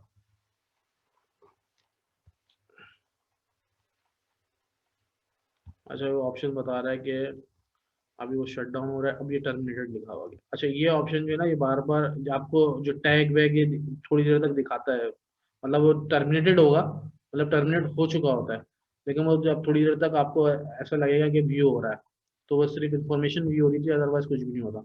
अच्छा, अब हम बैकअप पे आ जाते हैं दोबारा। बैकअप पे आने के बाद हमने राइट क्लिक किया इसके ऊपर, इसके बाद हमने लॉन्च इंस्टेंस किया। अच्छा, लॉन्च से पहले मैं आपको एक और चीज टॉपिक कवर कर लेता हूँ कि इसके ऊपर परमिशन कैसे देते हैं, इसको कॉपी कैसे करते हैं। फिल फर्स्ट करें, इमेज बन गया। अब मैंने कैलिफोर्निया में नहीं बनाना, मेरी रिक्वायरमेंट आ गई कि यार इसको जो है ना बहरेन के अंदर बना दो। बहरेन में नहीं बना दो, या किसी और रीजन में, यूएस के किसी और रीजन में ले जाओ। सही है, हांगकांग में ले जाओ, मुंबई में, कहीं भी किसी भी रीजन में ले जाओ। तो मैं इसको वर्जीनिया में ले जाता हूँ, कैलिफोर्निया से। सही है, मैं राइट क्लिक करता हूँ और जो है इसको कॉपी ईएमआई कर लेता हूँ। अच्छा, वो बोल रहा है कि डेस्टिनेशन रीजन डिफाइन करो। सही है, उसके अंदर टोक्यो में जितने भी रीजन है अमेजोन के वो सारे आ रहे हैं। तो मैं वर्जीनिया में लेके आना चाह रहा था, वर्जीनिया का ऑप्शन कहाँ है, ये रहा। मैंने सेलेक्ट किया डेस्टिनेशन। नाम क्या रखना है, नाम बिल्कुल एज इट इज मैंने सेम लेके आना है। डिस्क्रिप्शन क्या दी हुई है कि भाई यूएस वेस्ट वन जो अवेलेबिलिटी, मतलब इसका क्या है, अवेलेबिलिटी जोन जो है ये वाला, मतलब इसके अंदर जो है आप इंक्रिप्टेड फॉर्म में लेके आना चाह रहे हैं या नॉर्मल वैसे ही लेके आना चाह रहे हैं। तो मैं कॉपी ईएमआई इसके अंदर मैं इंक्रिप्टेड फॉर्म में ईबीएस स्नैपशॉट नहीं लेता, टारगेट सिंपली मैं इसको भेज रहा हूँ। सही है, तो मैं कॉपी इसके ईएमआई कर देता हूँ। तो अभी कॉपी ईएमआई से देखिएगा क्या होगा। सही है, हमने ईएमआई कॉपी कर दी है वर्जीनिया के रीजन के अंदर। वर्जीनिया में हम कंट्री भी चेंज कर सकते हैं, हम कनाडा में भी कॉपी कर सकते थे ये ईमेल, बिल्कुल सेम एज इट इज, कुछ भी नहीं करना। हम जाएंगे दूसरे रीजन के अंदर, जब हम देखेंगे तो ये देखेगा ये आपका इमेज जो सर्वर का है वो क्रिएट कहाँ होगा, मतलब अभी क्रिएट नहीं होगा, मतलब ये इमेज बन रहा होगा। अच्छा, वो जो हमने टर्मिनेट कर दिया सर्वर, अगर हम उस आईपी का रिमोट लें तो आएगा? नहीं आएगा, टर्मिनेट हो गया। टर्मिनेट हो गया, ये बैकअप हमें दोबारा से क्रिएट का आईपी देगा। हाँ बिल्कुल, बैकअप हम जब क्रिएट करेंगे, अगर हमने स्टैटिक आईपी लगाई होती है, हमने स्टैटिक अभी आईपी कहीं नहीं लगाया। आईपी आपको लगाना मैंने इलास्टिक आईपी पे सब दिखाया था कि किस तरीके से हम इलास्टिक आईपी क्रिएट करते हैं। यहाँ जाके जो हमने ऑप्शन था देखा था कि इलास्टिक आईपी पे जाने के बाद हमने किस तरीके से क्रिएट की थी आईपी, और मतलब एलोकेट करने के बाद किस तरीके से हमने इसको एसोसिएट किया था इंस्टेंस के साथ। तो जब हम वो कर देंगे तो क्या होगा, पहले हमें डी एसोसिएट वो आईपी जो है ना, अगर हम टर्मिनेट कर देंगे तो आईपी इन यूज नहीं लिखी हुई आएगी, अवेलेबल लिखी आएगी। तो इसी तरीके से हम नया इंस्टेंस बनाने के बाद उसको एक्शन पे जाने के बाद सिलेक्ट करने के बाद उसको एसोसिएट कर देंगे नए इंस्टेंस के साथ, तो वो आईपी दूसरे इंस्टेंस पे लग जाएगी। और सेम इमेज के साथ बना था, तो उसका जो आईडी पासवर्ड होगा ना, वो जिस इमेज सर्वर से क्रिएट होगा जिसका आईडी पासवर्ड वो था, हमने उसका इमेज लिया तो पासवर्ड आईडी पासवर्ड भी सेम एज इट इज आएगा। अदरवाइज अगर आपको नहीं है तो आपको फिर इसका दूसरे टूल्स हैं, रिकवर टूल्स जो है अमेजोन सर्विसेज दी हुई है कि वहां से रिकवर करना पड़ेगा। अदरवाइज कोई ऑप्शन नहीं है, आपको सेम आईडी पासवर्ड लॉगिन करोगे तो आपका रिमोट आएगा, आरडीपी आएगा। आईपी आपने चेंज नहीं करनी, अगर इलास्टिक आईपी आपने डिफाइन की हुई है सर्वर पर, हमने तो डीएस चेंज होगी, आईपी भी वही आ जाएगी, वो आईपी भी वही असाइन करा देंगे हम इमेज के ऊपर। नया इमेज नहीं कहलाएगा, तो जब इमेज से हम सर्वर बना देंगे तो वो इंस्टेंस ही कहलाएगा। तो इंस्टेंस में हम वो पुरानी आईपी लगा दी, तो आपने क्या हुआ, क्या देखा कि इंस्टेंस में जो पुरानी आईपी थी वो same as it is remote ले रहे हैं, वही आईपी है, वही आईडी पासवर्ड है, तो हम एज इट इज हमें पता नहीं चलेगा, बिल्कुल एज इट इज वही परफॉर्मेंस, मतलब सारी चीजें एज इट इज वही आएगी। सही, तो हम आगे चलते हैं, ये माय एएमआईज के अंदर जाते हैं। ये अभी तक क्रिएट हो रहा, कॉपी हो रहा है, इसलिए कि रीजन चेंज है। अच्छा इमरान भाई, एक क्वेश्चन है आपसे, जैसे आप बता रहे हैं कि एएमआई हमने कॉपी करनी है, फॉर एग्जांपल अभी हमारा ये जो प्रीवियस सर्वर पहले आपने ये किया था, टर्मिनेट किया, ये नॉर्थ वर्जीनिया में बना हुआ था, तो जो हमने नॉर्थ वर्जीनिया में नहीं था, ये जो सर्वर जो हमने टर्मिनेट किया है वो कैलिफोर्निया का बना हुआ था। हमने कैलिफोर्निया से इमेज और फिर वर्जीनिया में कॉपी किया। अच्छा अच्छा, मतलब जो हमने एएमआई कॉपी करनी है वो प्रीवियस वाले सर्वर के अंदर करनी है जहाँ बना हुआ था सर्वर, या नहीं? हम कॉपी तो वो पूछ रहा था ना, जब हमने कॉपी किया था, कॉपी के ऑप्शन में आए थे तो टारगेट पूछ रहा था ना हमारे से। बिलफर्स करा, मैं आपको वापस दिखा देता हूँ, ऑप्शन कैलिफोर्निया में आते हैं। सही है, ये इमेज था इसका, हमने कॉपी कैसे किया, बना हुआ कहाँ है, ये कैलिफोर्निया। जी जी सही है, तो हमने वो सर्वर टर्मिनेट कर दिया, हमारा इमेज वहीं पे ही आएगा कैलिफोर्निया के अंदर। अच्छा, इस सर्वर को मैंने क्या किया, इस इमेज को, सर्वर नहीं है ये, इसको मैंने किया कॉपी एएमआई, यानी ये इमेज कहाँ पे कॉपी हो जाए, डेस्टिनेशन पूछ रहा है। मैं किसी भी कंट्री में इसको, जितने भी रीजन है कहीं भी इसको मैं डिफाइन कर सकता हूँ, वहां पे कॉपी हो जाएगा। जैसे मैंने कैलिफोर्निया से हमने वर्जीनिया रीजन कॉपी किया, तो मैंने इसी सिलेक्ट करके कॉपी एएमआई किया, तो वो कहाँ पे चले गया, वर्जीनिया में कॉपी हो रहा है। सही है, यानी एज इट इज उसका डाटा सेंटर उसका वहां पे कॉपी कर देगा अपनी।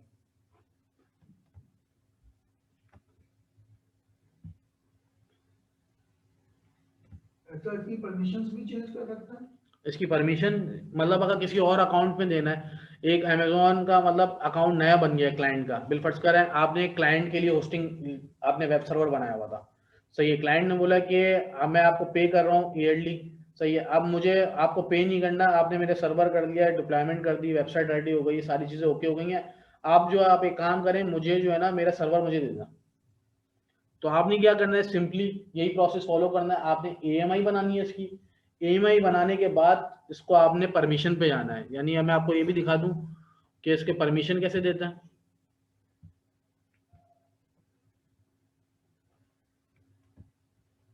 माय एएमआई में गए, राइट क्लिक किया, सही है, इसमें देखें ऑप्शन आ रहा है कि डी रजिस्टर कर दूंगा तो ये हट जाएगा एएमआई, सही, रजिस्टर न्यू एएमआई, मतलब कोई नई ईएमआई बनानी है, रजिस्टर करानी है, तो वो ऑप्शन है कॉपी करने का। मॉडिफाई इमेज परमिशन, सही है, इस इमेज परमिशन के आप इसके ऊपर क्लिक किया। अच्छा, परमिशन करते हुए बोल रहा है कि प्राइवेट रखना है या पब्लिक रखना है। मैंने एक क्लाइंट के अकाउंट में भेजना है तो मैंने प्राइवेट रखना है, तो प्राइवेट रखने के बाद मैं उसका अकाउंट नंबर दूंगा और यहाँ से ऐड परमिशन करा दूंगा और यहाँ से वो सेव करा दूंगा। अच्छा, वो ये बोल रहा है कि add create volume permission to, ये वॉल्यूम क्रिएट करने के भी परमिशन होंगे या वो अपना क्रिएट करेगा, सिर्फ इमेज जाए? तो मैं इसको बोलूंगा कि ऑप्शन पे चेक लगाऊंगा भाई जब वो सर्वर क्रिएट करने जाए उस AMI से तो उसको परमिशन हो कि वो वॉल्यूम भी उसका एज इट इज आ जाए। तो ये चेक लगाने के बाद मैं जब सेव कराऊंगा ना, तो जिस अकाउंट नंबर कहाँ से आएगा, जैसे बिल फर्ज करें मेरा ये अकाउंट है, अमेजोन का मेरा अकाउंट है, ये मेरा होस्टिंग प्रोवाइडर हूँ मैं, सही होस्टिंग देता हूँ, क्लाइंट ने मेरे पास होस्ट कराया हुआ है। अच्छा, क्लाइंट को मुझे अपना अकाउंट नंबर बताना है ताकि मैं उसको परमिशन सिर्फ क्लाइंट को दूं ताकि वो सर्वर अपने पास वहां पे क्रिएट कर ले। तो वो कुछ भी नहीं करेगा, यहाँ पे जाएगा माय अकाउंट आ रहा है, ये जो नंबर आ रहा है ये इसका यूनिक नंबर है, ये अमेजोन के अंदर ये सिर्फ जो नंबर है ये मेरे लिए ही है। तो इसी तरीके से क्लाइंट का अकाउंट नंबर भी होगा, तो क्लाइंट अकाउंट नंबर मुझे कॉपी करके मुझे दे देगा और मैं यही अकाउंट नंबर जो है यहाँ पे इसको मॉडिफाई परमिशन पे जाके वहां पे इसको राइट्स दे दूंगा ऐड कराने के। तो वो अपने एडिट भी कर सकेगा, वो सब चीजें कर सकेगा क्लाइंट। हाँ, तो उसी तरीके से जिस रीजन पे मैंने इसको कॉपी किया है ना, मतलब ये कैलिफोर्निया का है, तो कैलिफोर्निया के अंदर वो रीजन के अंदर जाके अपना माई इमेज खोलेगा ना, तो यहाँ पे नहीं आ रहा होगा। क्यों? मैंने तो कॉपी कर दिया, परमिशन भी दे दिया। एक ऑप्शन बहुत मोस्ट इंपॉर्टेंट है कि ये जो ऑप्शन आ रहा है ना, देखें ऊपर फिल्टर में देखें, ओन्ड बाय मी, यानी जो इमेजेस मैंने क्रिएट किए मेरे लिए हैं। वो क्लाइंट ने इमेज क्रिएट नहीं किया अपने सर्वर का, मैंने इसको क्रिएट करके दिया और उसको परमिशन दिया। तो इसको यहाँ से क्लिक करने के बाद आपने कौन सा इमेज किया था? प्राइवेट किया था ना, तो मैं इसके प्राइवेट पे जाऊंगा। जब मैं प्राइवेट पे जाऊंगा तो फिर इसको इमेज व्यू हो जाएगा। फिर अब वो जो है एज इट इज, बिल फर्ज करें उसने कैलिफोर्निया में नहीं बनाना, उसने जापान में बनाना है सर्वर, तो वो क्या करेगा? राइट क्लिक करके कॉपी AMI करेगा और इसी तरीके से डेस्टिनेशन बताएगा टोक्यो, टोक्यो में जाके वो कॉपी हो जाएगा, जैसे हमारा वर्जीनिया में कॉपी हो रहा है। जैसे मैं जाऊंगा वर्जीनिया के अंदर, वर्जीनिया में जाने के बाद जो है मेरा कॉपी हो गया AMI। बिल्कुल, कैसे पता चलेगा? आप ये आगे करें थोड़ा सा, और अवेलेबल आ गया, सही है। अब मैं राइट क्लिक करूंगा, उसको नेम देना है, कोई नेम दे दें आप। राइट क्लिक करने के बाद मैं लॉन्च करूंगा। लॉन्च में करने के बाद मैंने सेम एज इट इज जो मैंने, अगर इंस्टेंस 4GB, देखें ये टाइप्स मैंने आपको बताई थी। ये टाइप्स ज़रूरी क्यों याद करना है कि आपको पता होना चाहिए कि T2 नैनो जो है वो 1GB रैम का होता है, मतलब 0.5GB रैम का होता है और 1 वर्चुअल CPU होता है, ये देखें। और T2 जो क्या कहते हैं, मतलब जो हमने इंस्टेंस बनाने के लिए स्टेप्स किए थे वो दोबारा AMI के लिए भी करेंगे? बिल्कुल, ये सर्वर क्रिएट कर रहा है ना, आप इमेज से सर्वर बना रहे हैं आप। मतलब तो हमारे ये इसका इसलिए जरूरत होती है कि हमारा डेटा जो है, जो फाइलें हैं वो सिक्योर है। बिल्कुल, आप सर्विसेज सिक्योर्ड है, उसमें कोई SQL इंस्टॉल, आपने उसमें कोई SQL इंस्टॉल किया हुआ है, आपने IES इंस्टॉल किया हुआ है, आपकी फाइल्स हैं, आपका इंपॉर्टेंट डाटा है उसमें रखा हुआ है, तो वो आपने एज इट इज पूरा कॉपी कर लिया, इमेज ले लिया। इमेज मतलब पूरा एज इट इज कॉपी है उसकी, मतलब फिर आपने वैसे ही आप गए, आपने बिल्कुल सारी चीजें चेंज कर सकते हैं आप कि VPC कौन सा है, कितने इंस्टेंस बनाने हैं इस इमेज से, सही है। ऐड स्टोरेज करा है, ऐड स्टोरेज के अंदर देखें 30GB वही ड्राइव उठा के ला रहा है, इसलिए कि आपने उधर राइट्स दिए थे। अगर वो मैं राइट्स हटा दूं तो उधर ऑप्शन नहीं देगा, वो नहीं क्रिएट करने का बोलेगा, लेकिन फायदा नहीं है, आपको परमिशन देना है, सही है। मैंने कोई ऐड कराने की ड्राइव तो मैं ऐड करा सकता हूँ, वही सेम सर्वर बनाने का पूरा तरीका है। ऐड जो अपना आपने नाम रखना है वो दे दें। सिक्योरिटी पॉलिसी कोई लगाई हुई है आपने, वो लगा लें एग्जिस्टिंग, सही है उस बंदे ने। अब रिव्यू और लॉन्च करा लेंगे, जब रिव्यू और लॉन्च कराएंगे तो वो same as it is server जो है वो क्रिएट कर देगा, सही है। तो ये हम कर लेते हैं।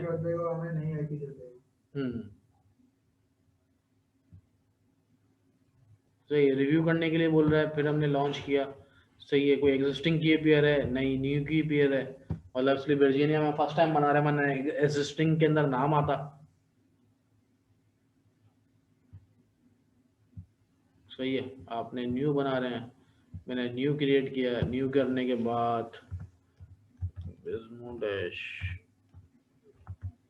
ये नई की बनेगी, बिल्कुल, इसलिए नया सर्वर क्रिएट हो रहा है ना यहाँ पे हमारे पास। इधर हमने वर्जीनिया में कोई सर्वर पहले, इससे पहले क्रिएट नहीं किया था, सही है। तो जैसे ही हमने वर्जीनिया में क्रिएट करेंगे तो जाहिर सी बात है फिर एग्जिस्टिंग सेम में रीजन में करेंगे हम, इमेज जो हमने पहले वहां बनाई है उसी में करेंगे तो मतलब अब उधर करेंगे तो एग्जिस्टिंग की पे बना सकते हो, बना सकते हैं बिल्कुल। आप एक की पे आप सारी की एक ही की रखें और सारे सर्वर उसी पे क्रिएट कर दें। ये आपके लिए सिक्योरिटी पर्पस के लिए की कि आपको क्रेडेंशियल फैच होके आएंगे, आप इससे विंडोज गेट करेंगे तो आपको वो की मांगेगा जब वो आपको पासवर्ड देगा। सही, जब आपने इंस्टेंस क्रिएट करना है जब वो आपको पासवर्ड देगा। सही, ये आपका इंस्टेंस क्रिएट हो जाएगा। सही है, मैं भी इंस्टेंस नहीं क्रिएट करता। सही है, सिंपल लॉन्च इंस्टेंस करूंगा, डाउनलोड कर ली मैंने ये वाली,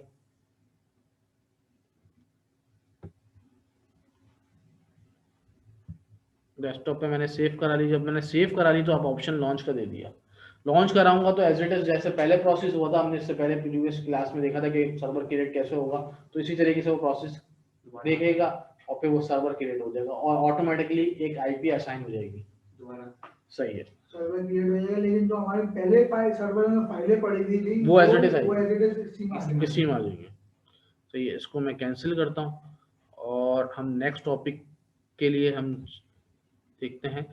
अच्छा अच्छा, जैसे हमने जैसे कॉपी किया है, अब तो इसी तरीके से जब हमारा काम हो जाए, हमने कॉपी नहीं रखनी, इसकी कुछ नहीं कर रहा है, तो हम इसको डी रजिस्टर करा देंगे। तो जैसे अब डी रजिस्टर कराएंगे तो देखिएगा प्राइवेट इमेजेस या ओन बाय मी या जो भी है किसी में भी आपका डी रजिस्टर करा दिया तो हमारा EMI वहां से हट गई। अच्छा, ये कैलिफोर्निया में आ रही होगी, क्यों कैलिफोर्निया में क्यों आ रही होगी? इसलिए कि हमने वहां पे डी रजिस्टर नहीं कराई और वहां पे वो एज इट इज ये कॉपीज की आ रही है EMI। तो यहाँ पे भी हम जाएंगे और डी रजिस्टर करा देंगे। अब हमारे पास कोई भी EMI नहीं है, ना ही सर्वर है ना ही EMI है। सर्वर ही टर्मिनेट हो गया। मैंने आपको पहले बोला था कि सर्वर टर्मिनेट हो जाता है, कॉस्ट नहीं करेगा। इसको देख के परेशान नहीं होइएगा कि मतलब कॉस्ट तो नहीं कर रहा, कॉस्ट तो हमें नहीं हो रही, मंथली कॉस्टिंग वगैरह कुछ भी नहीं हो रहा होगा। सही है, आप रिफ्रेश करेंगे थोड़ी देर बाद, ये बाद में मतलब वो चले आएगा। मतलब इसको आप EMI हमने लॉन्च करवाई है वो भी वो EMI हमने लॉन्च नहीं कराई ना, असली के हमने अभी सर्वर क्रिएट करना है लिनक्स का। तो हम जो है दोबारा से इंस्टेंस बना लेंगे, तो जब हम दोबारा से वही प्रोसेस सेम प्रोसेस फॉलो करना पड़ेगा। लॉन्च करने के बाद सिंपल कुछ भी नहीं होना ना, उसके बाद वही प्रोसेस होगा जो हमने पहले लॉन्च किया था सर्वर। तो ये कैलिफोर्निया में हमने देख लिया। अच्छा, इंस्टेंस टर्मिनेट हो गया। तो अब ये देखें, मैंने आपको क्या बोला था कि रूट वॉल्यूम ऑटोमेटिकली टर्मिनेट हो जाता है अगर हम वो चेक नहीं लगाते स्टार्ट में जब हमने सर्वर क्रिएट कर रहे थे। अभी दोबारा सर्वर क्रिएट करेंगे, जब सर्वर क्रिएट करेंगे तो उसके अंदर एक ऑप्शन आता था वॉल्यूम्स का। सही है, उसके ऊपर हमने चेक लगाया था कि डिलीट ऑन टर्मिनेशन पे चेक हटा दो तो क्या होगा। मैंने ये बात बोली थी प्रीवियस क्लास में, शायद आपको याद हो। तो उसकी वजह ये होती है कि जब हम चेक हटा देते हैं कि जब टर्मिनेट करें तो डायरेक्ट टर्मिनेट ना हो, डाटा हमारा रहे, तो ये होता है आपकी डिस्क अवेलेबल रहती है। मतलब अब वो ये लिखा हुआ आएगा डिस्क अवेलेबल, यूज में नहीं आ रही। तो इसको आपको अलग से इस ड्राइव को क्या करना पड़ेगा, डिलीट। ये सिर्फ उस चेक से हुआ है। जब हम सर्वर क्रिएट करेंगे, दोबारा सर्वर क्रिएट करेंगे एक दफा, फिर देखेंगे हम कि वो चेक कहाँ आता है। शायद अगर आपको याद नहीं रहा तो दोबारा रिवाइज कर लेंगे। इसको उस वॉल्यूम में आप किसी और सर्वर के साथ भी अटैच कर सकते हैं। बिल्कुल, इस वॉल्यूम में डाटा है कि आप यहाँ से डिटैच कराएं, इस सर्वर से आप किसी और सर्वर में अटैच करा लें। सही है, वॉल्यूम में चलेगा आपका।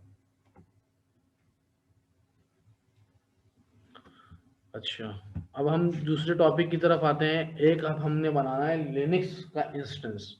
सही है, एक तो हमने विंडोज एनवायरनमेंट का देख लिया कि विंडोज में सर्वर कैसे बनाते हैं, इसको यूज कैसे करते हैं, सारी चीजें आपने देख ली, चेक कर ली कि क्या होता है प्रोसेस। अब हम सर्वर जो क्रिएट करेंगे वो है लिनक्स का। लिनक्स में मल्टीपल फ्लेवर्स होते हैं, ज्यादातर वेब सर्वर्स सेंटोस और यूबंटू पे होते हैं। तो हम कोई भी एक फ्लेवर ले लेंगे इसका और उसके ऊपर हम सर्वर क्रिएट कर लेंगे। सही है। अच्छा, माई इमेज कब आती? जब मेरा इमेज मैंने सर्वर का क्रिएट करके इमेज रख लेता ना, तो वो मेरे माई इमेज के अंदर यहाँ आती। अब मेरे पास वो इमेज मैंने डी रजिस्टर करा दिया है तो मेरे पास कुछ नहीं आ रहा। क्विक स्टार्ट पे आते हैं, उसके ऊपर हम लिख देते हैं सेंटोस।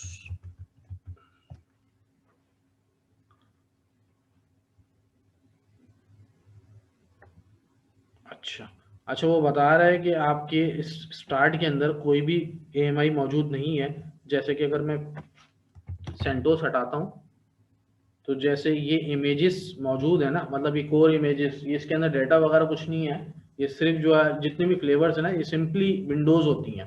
जैसे आप CD से विंडोज इंस्टॉल करते हैं ना, वैसे ही एज इट इज ये सारी चीजें कि Microsoft Windows server 2019 base machine है, इस तरीके से सारी आपके इसके अंदर सेंटोस फ्लेवर नहीं होगा क्विक स्टार्ट में।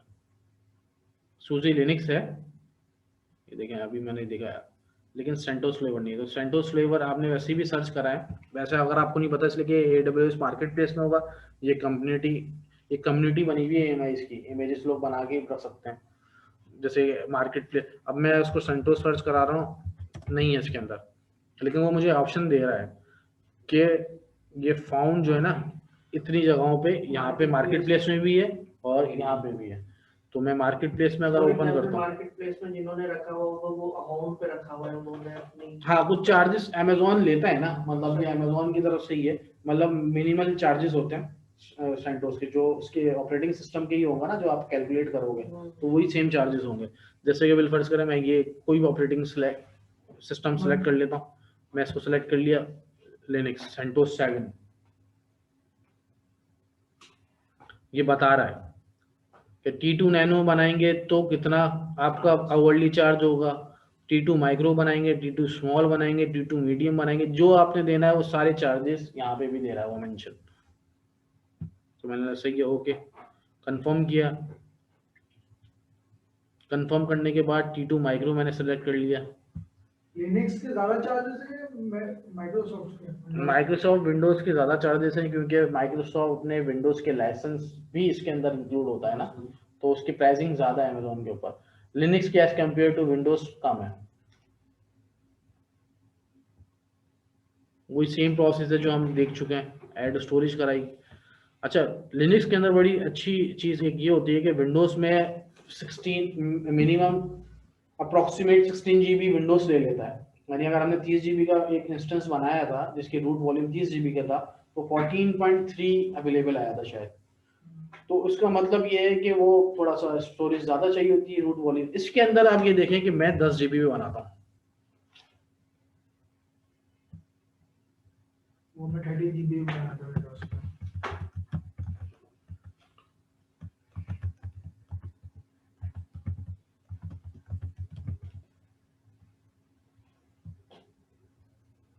अच्छा मैं देखिए बाय डिफॉल्ट जैसे विंडोज बनाया तो RDP का ये रूल बना हुआ आया था। इसी तरीके से अब जब मैं नया बना रहा हूँ लिनक्स का, तो ऑटोमेटिकली जो अमेजोन के ऊपर ये रूल बना हुआ आ रहा है कि कोई भी SSH ले सकता है।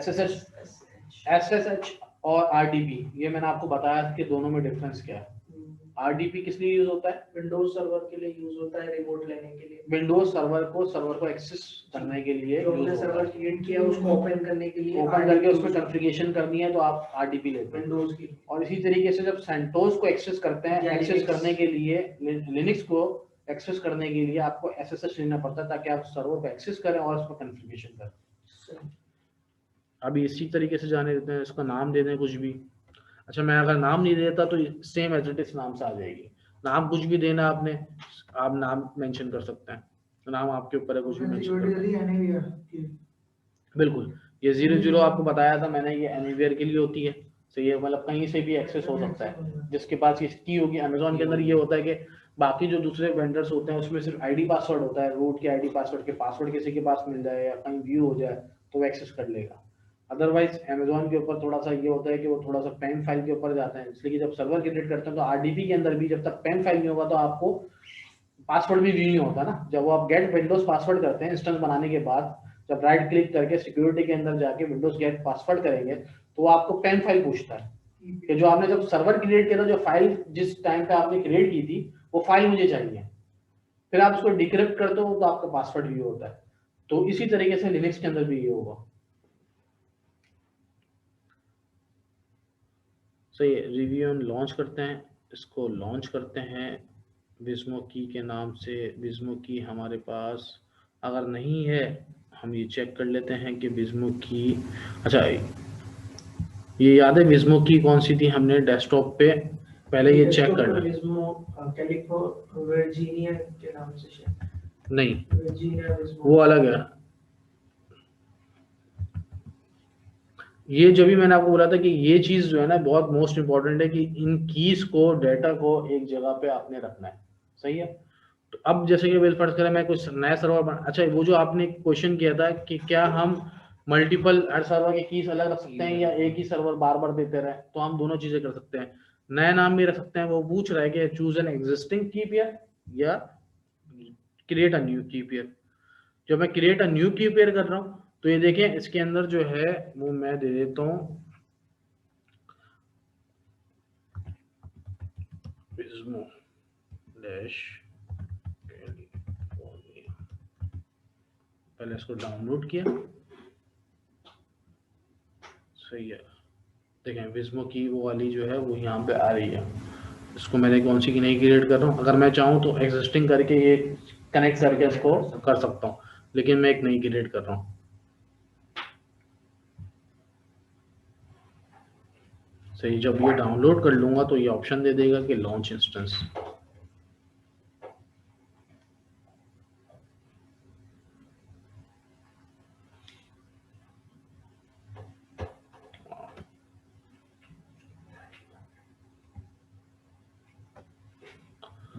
अच्छा, ये बता रहा है क्रिएटिंग सिक्योरिटी ग्रुप क्रिएट हो रहा है, ऑथराइजिंग इनबाउंड रूल्स सक्सेसफुली हो गए हैं, वेरीफाइंग टाइटलमेंट टू प्रोडक्ट। आप यहाँ आके EC2 पे भी चेक कर सकते हैं। अभी रनिंग इंस्टेंस 0 है। एक मिनट, सॉरी, इधर भी आता हूँ। तो ये देखें अभी तक वही ऑप्शन आ रहा है, तो इससे कोई इशू नहीं है। आप हम टर्मिनेट कर चुके हैं। हाँ, तो इससे कोई इशू नहीं है।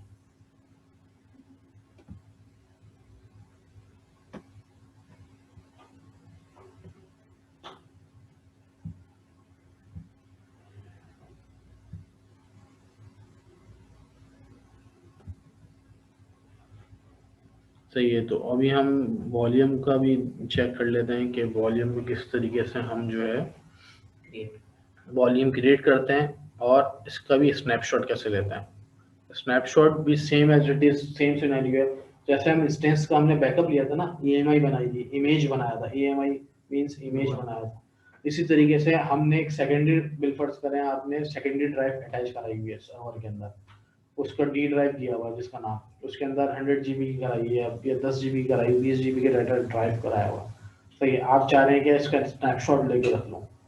बिल फर्ज करें इस इंस्टेंस को कुछ, इस ड्राइव को कुछ हो जाता है, सर्वर के साथ तो रूट वॉल्यूम लगे हुए हैं, ये सेकेंडरी ड्राइव लगी हुई है, सेकेंडरी वॉल्यूम का कुछ मतलब डिलीट हो जाता है या डाटा करप्ट हो जाता है, इनक्रिप्ट हो जाता है। आजकल रैंसमवेयर चल रहा है, वायरस चल रहा है। सही है। डाटा इनक्रिप्ट कर देता है। सही है। तो वो अभी तक बहुत कंपनीज थोड़ा उसके ऊपर लगी हुई है कि तो उसको जो है वेरीफाई कर रही है कि किसी तरीके से हम मालूम कर लें कि मतलब ये हम डिक्रिप्ट कर सकें। तो बहुत कंपनीज अभी तक बिल्कुल फेल हुई है इस चीज़ को। तो आप बहुत सारे लोग बोलते हैं कि भाई इस तरीके से पहले कोई डिजास्टर आए आप इसका स्नैपशॉट लेके रख लो। स्नैपशॉट मतलब इसका बिल्कुल एज इट इज, जिस पॉइंट के अंदर अभी फर्स्ट कर मैंने 7 फोल्डर बनाए हैं या मेरे पास 7 फाइलें हैं ड्राइव के अंदर या 2000 फाइलें रखी हुई हैं मैंने। स्नैपशॉट वही बैकअप हो गया ना। बिल्कुल। आप स्नैपशॉट मतलब पूरा आपने स्नैपशॉट लेके रखी है, आप उससे वही चीज क्रिएट कर सकते हैं दोबारा।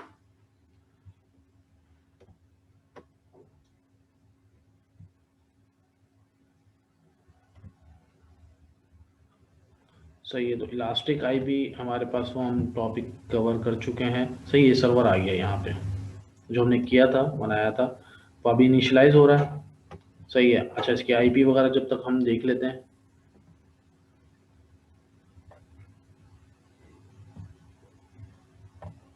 अच्छा, इसके लिए आपको पुटी इंस्टॉल करनी पड़ती है। पुटी शायद इस सिस्टम में नहीं है, तो पुटी आप जो है वो मतलब इजीली बहुत छोटी सी फाइल होती है पुटी।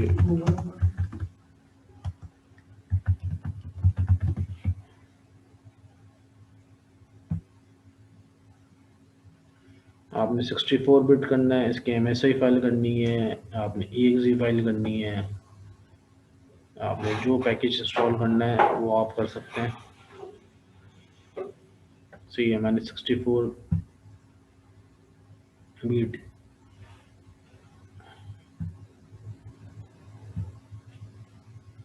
सही, ये ओपन हो गई। सही है, अब मैं इसके अंदर इसकी आईपी दी। अच्छा, वो पहले चेक कर लेते हैं इनिशियलाइज हो गया नहीं हो गया।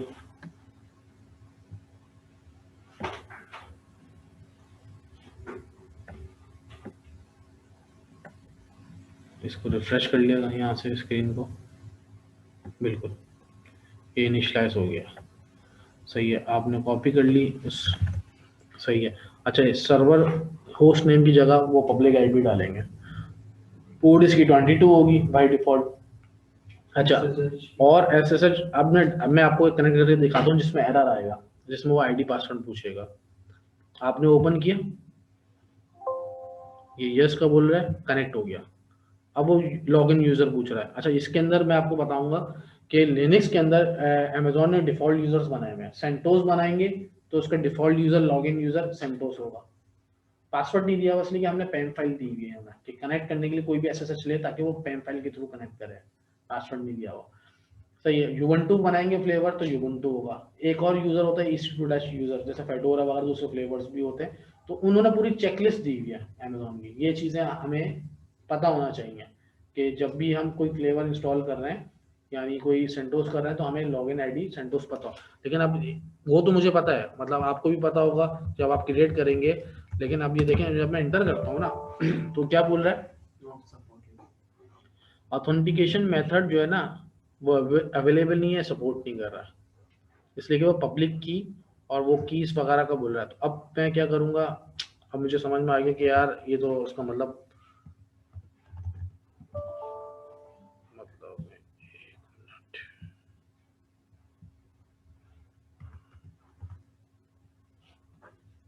इसको मैं एडमिनिस्ट्रेटर करता हूँ। सही, इसकी मैंने की डाल दी। अच्छा, अब की कहाँ इंटर करनी है, कौन सी बनाई थी हमने, विज्मो डैश कैलिफोर्निया। ये आपको याद रखनी है और ये डाटा आपने कैटर करके बहुत मोस्ट इंपॉर्टेंट इस चीज काम करना है सबसे पहले कि आपको डाटा पता हो। इसलिए विदाउट अगर ये मिक्सअप हो गया, मल्टीपल सर्वर्स बना लिया, आपको पता नहीं है कि कहाँ है, फाइल नहीं मिल रही। देखें, ये नहीं पता, जरूरी नहीं है कि आपको पता, ये पता होना चाहिए कि इसके ऊपर की कौन सी लगी हुई थी, नाम टैगिंग करके रखना है, नहीं। आपको कंसोल से मिल जाएगी। कंसोल पे आपको की पेयर का बताया हुआ होगा, ये सर्वर है, जब आप क्लिक करेंगे डिटेल्स में आएंगे तो उसमें की पेयर बताया हुआ, की पेयर का नाम बताया हुआ है, तो आपको पता होगा ये नाम उस it is as it is बनाया। आपने ये चेक करना है कि मैं रीनेम तो नहीं कर रहा, मतलब मैंने उसको रीनेम कर दिया या आपने डाटा डिलीट कर दिया, आपसे फाइल डिलीट हो गई। ये चीजें आपने थोड़ा सा कैटर करनी है और थोड़ा सा इस पर ध्यान देना है कि इन चीजों को थोड़ा मैनेजमेंट आपने ईजी रखनी है। अच्छा, की कहाँ डलेगी, एसएसएच के अंदर जाएंगे, इसको टैब को खोलेंगे। जैसे टैब को खोलेंगे तो इसके अंदर ऑप्शन आ रहा है ऑथेंटिकेशन का, जिसने एरर दिया था। आप उधर ब्राउज का ऑप्शन है, आपने ब्राउज कराया, डेस्कटॉप के अंदर आपने पीपीके फाइल नहीं है, आपने बनाई हुई है पैम फाइल। अच्छा, पैम फाइल इसके अंदर कनेक्ट नहीं होगी, पैम फाइल कनेक्ट नहीं होगी। इसके लिए आपको करना पड़ेगा पीपीके फाइल। क्यों, जब डिफॉल्ट वर्जन पे जा रहे हैं ना, ये देखें जब मैं इसको ब्राउज कर रहा हूँ ना तो पीपीके फाइल है, बोल रहा है कि पीपीके फाइल चाहिए। और हमने जो अमेजोन ने हमें दी थी वो कौन सी फाइल है, वो पैम फाइल है, जो विंडोज पासवर्ड गेट करने के लिए इस्तेमाल हो रही थी। सही है, अगर आप पैम फाइल डालते हैं, अब एक चीज ये भी कर लेते हैं, ऑल फाइल्स किया, डेस्कटॉप पे गए,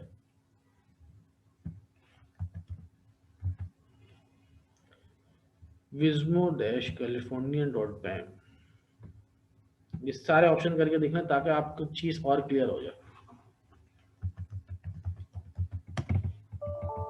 क्या दे रहा है, यानी वो पीपी के फाइल ही चाहिए। तो दो चीजें आपके पास क्लियर हो गई हैं कि दोबारा से थोड़ा सा रिवाइज कर लेते हैं कि आपको एक तो सर्वर क्रिएट कर लिया, आपको यूजर का पता होना चाहिए लॉगिन करते वक्त, आपको एसएसएच के अंदर की पता होना चाहिए, की आपको अमेजोन ने पैम फाइल दी हुई है, आपको अटैच करनी है पीपीके फाइल। तो पीपीके फाइल जो है ना, पैम फाइल आने के बाद आपने वो डाउनलोड कर ली पैम फाइल, तो एक जब लिनक्स इंस्टेंस होगा तो उसकी पैम फाइल भी होगी और इसकी पीपीके फाइल भी होगी। पीपीके फाइल अमेजोन नहीं दे रहा तो आपको क्या करना पड़ेगा, बहुत इजी वे है उसको कन्वर्ट करने के लिए। वो दो ऑप्शन देता है, आपको पुडी जैन इंस्टॉल करना पड़ेगा, पुडी जनरेटर।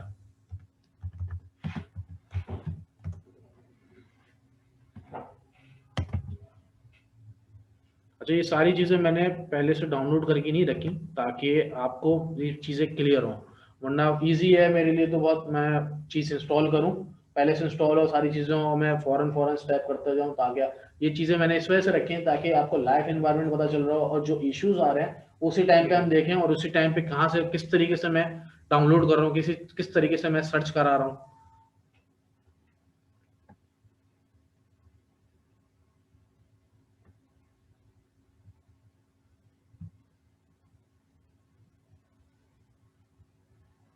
अच्छा, डिजाइन फॉर विंडोज लिनक्स।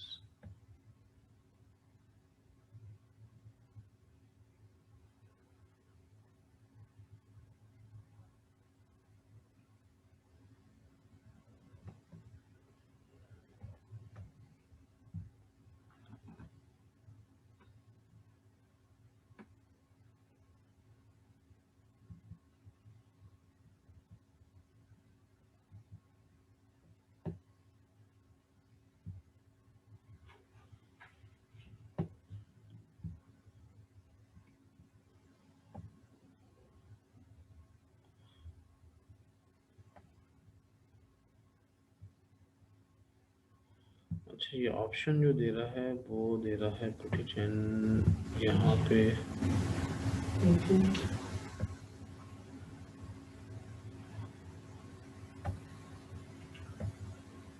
अच्छा, ये ऑप्शन सारे बता रहे हैं कि क्या करना है, वो अभी हम देख लेते हैं कि एक मिनट, पुटी का ही दे रहा है इंस्टॉलेशन।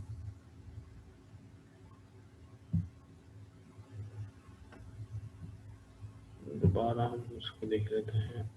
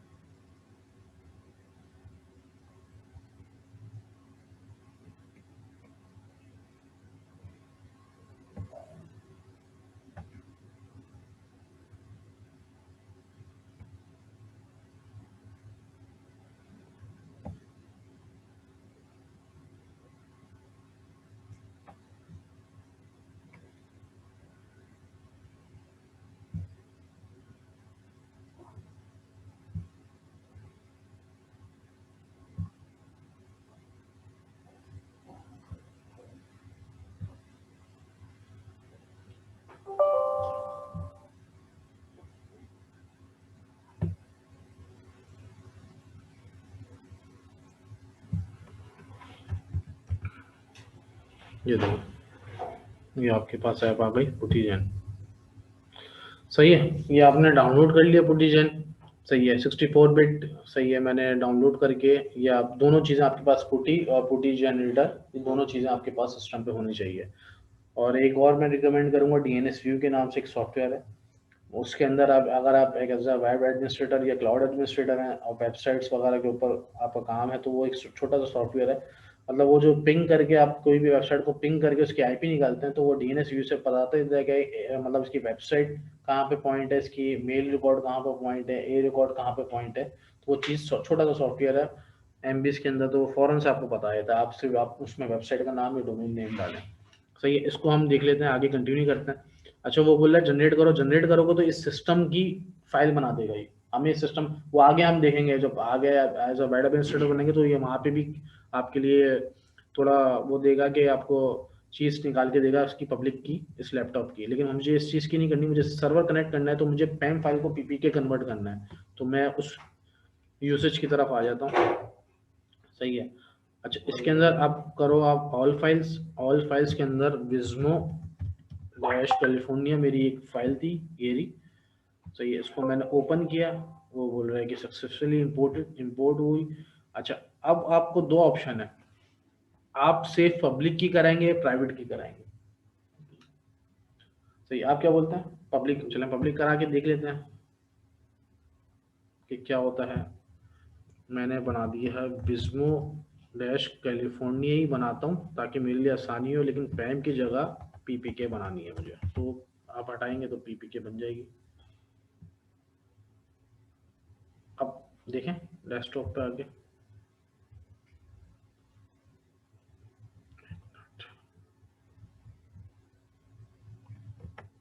ओपन हुआ हमारे पास।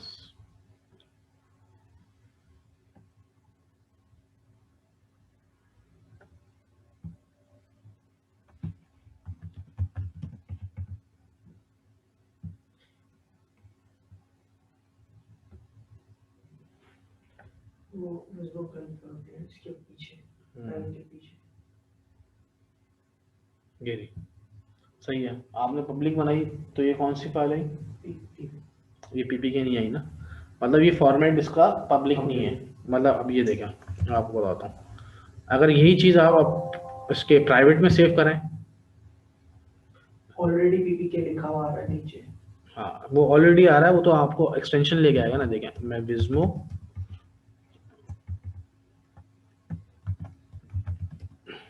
डैश कैलिफोर्निया, अब जब मैं आप कराएंगे ना तो वो पूछेगा, यानी चले मैं आपको ये मतलब आपको आपके लिए इजी हो जाए, वन नाम रख रहा हूँ ताकि आपको पता चल जाए कि फाइल किस एक्सटेंशन में आ रही है और कौन सी फाइल आपको ज़रूरी है आपके लिए। क्या आ गई? इस फॉर्मेट के अंदर आएगी। तो इसका मतलब क्या है? ये प्राइवेट की है आपके पास, यानी आप कभी भी पब्लिक की पैम फाइल से पब्लिक की नहीं बनाएंगे। आपने पैम फाइल लोड कराने के बाद आपने बनानी है प्राइवेट की। फॉर्मेट भी अलग होगा। प्राइवेट मींस पब्लिकली आपने एक्सेस नहीं करना, कोई भी फाइल पब्लिकली नहीं दे रहा अमेजोन आपके लिए दे रहा, आप सर्वर बना रहे, दुनिया को एक्सेस नहीं करना है इसको। आपने प्राइवेटली की बनानी है, इसकी प्राइवेट की बनाएंगे ताकि जो है उस फाइल को आप कनेक्ट करते हुए अपना सिस्टम को कनेक्ट करें, तो वो प्राइवेट आपका सर्वर है। सही, ये क्रिएट हो गई। अब क्रिएट होने के बाद मैंने टूटी लॉगिन किया था, इसको मैं कर लेता हूँ। ऑथेंटिकेशन में गए, ब्राउज कराया, पीपीके फाइल ये ओपन किया, ये देख रहे हैं आप। अब देखें मैं इसको यूजर दे रहा हूँ सेंटोस। अब इसने क्या किया? ऑथेंटिकेशन विद पब्लिक की, इंपोर्टेड ओपन एसएसएच की, यानी इसने इंपोर्ट कराई एसएसएच की जो हमने बनाई थी, वो इंपोर्ट कराई, ऑथेंटिकेट किया उसने कि हाँ ये वही पीपीके फाइल है, उसी की जो मैंने पैन फाइल इनको दी थी उसी की पीपीके फाइल है। तो उसने सिग्नेचर चेक किया, उसने बोला कि ओके है, तो ये कनेक्ट हो गया। अच्छा, ये आता है सेंटोस यूजर पे। सही है, CentOS user by default sudo में नहीं होता। सूडो एक राइट्स होता है लिनक्स के अंदर होता है कि कोई भी कमांड रूट एक्सेस, जैसे विंडोज में एडमिनिस्ट्रेटर होता है ना जिसमें विंडोज इंस्टॉल करता है, तो इसी तरीके से इसके अंदर होता है pseudo user. Pseudo user by default आपको बनाना इसके अंदर, मतलब आप रूट को कहते हैं, इसमें भी रूट होता है। तो मुझे अगर रूट पे जाना है, विल फर्ज करें ये सेंटोस यूजर पे एक यूजर पे, मुझे इसको अगर मैं इधर कमांड चलाऊंगा यहाँ भी रन होगी, लेकिन यहाँ पे रन होगी एक, मुझे सूडो लिखना, जो सूडो प्रिविलेजेस होते हैं ना वो वाली कमांड्स नहीं होंगी। एक मिनट,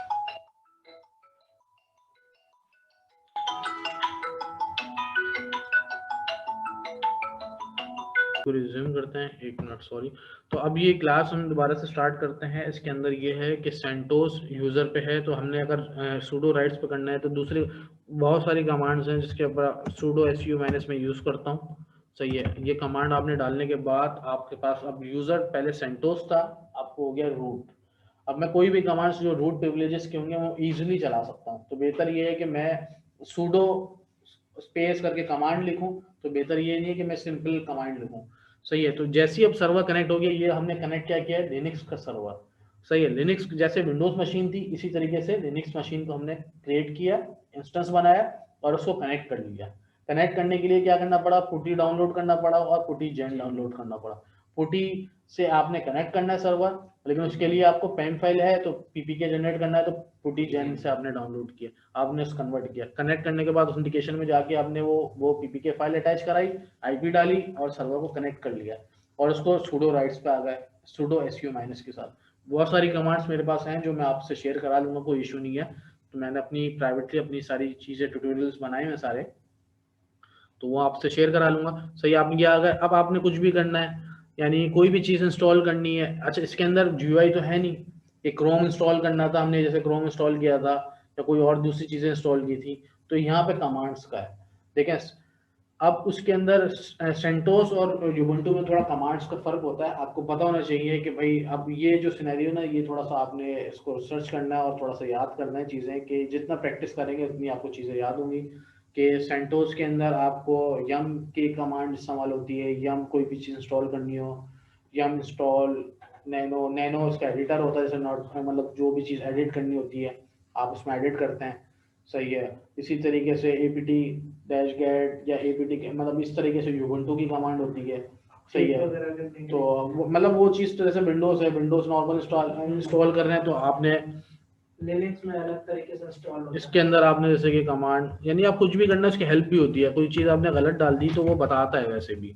यानी मैंने यहाँ अपडेट किया, जैसे विंडोज़ अपडेट होती है इसी तरीके से ये बनाया है, वो पूछ रहा है। मतलब हम कह सकते हैं कि ये रिफ्रेश करना है, रिफ्रेश नहीं करना, ही रिपोजिटरीज अपडेट करता है। ये अपनी रिपोजिटरीज पे चल रहा है। जैसे विंडोज एक जा रही है ना माइक्रोसॉफ्ट के पास के सारी अपडेट्स यहाँ से लेके आ रही है, तो इसी तरीके से ये भी अपने रिपोजिटरीज के पास जा रहा है। सेंटोस 7 है तो उसकी रिपोजिटरी बनी हुई है, तो वहां जा रहा है और सिंक कर रहा है कि विंडोज 7 में जो आपने सेंटोस 7 की है और जो हमारे पास पड़ी हुई है उसके अंदर क्या फर्क है, तो वो चीज़ अपडेट कर रहा है। ये देखें उसके अंदर यस भी बोल रहा है और ये बता भी रहा है। अगर आप इसको पढ़े तो इसके अंदर वो बता रहा है कि क्या क्या चीज़ें अपडेट हो रही है, क्या क्या चीज़ें थी, पहले चेक कर रहा है। तो ये जो चीज़ नहीं है वो अपडेटिंग भी लिखा हुआ है। ये देखें क्या चीज़ अपडेट हो रही है, आपको व्यू होगा,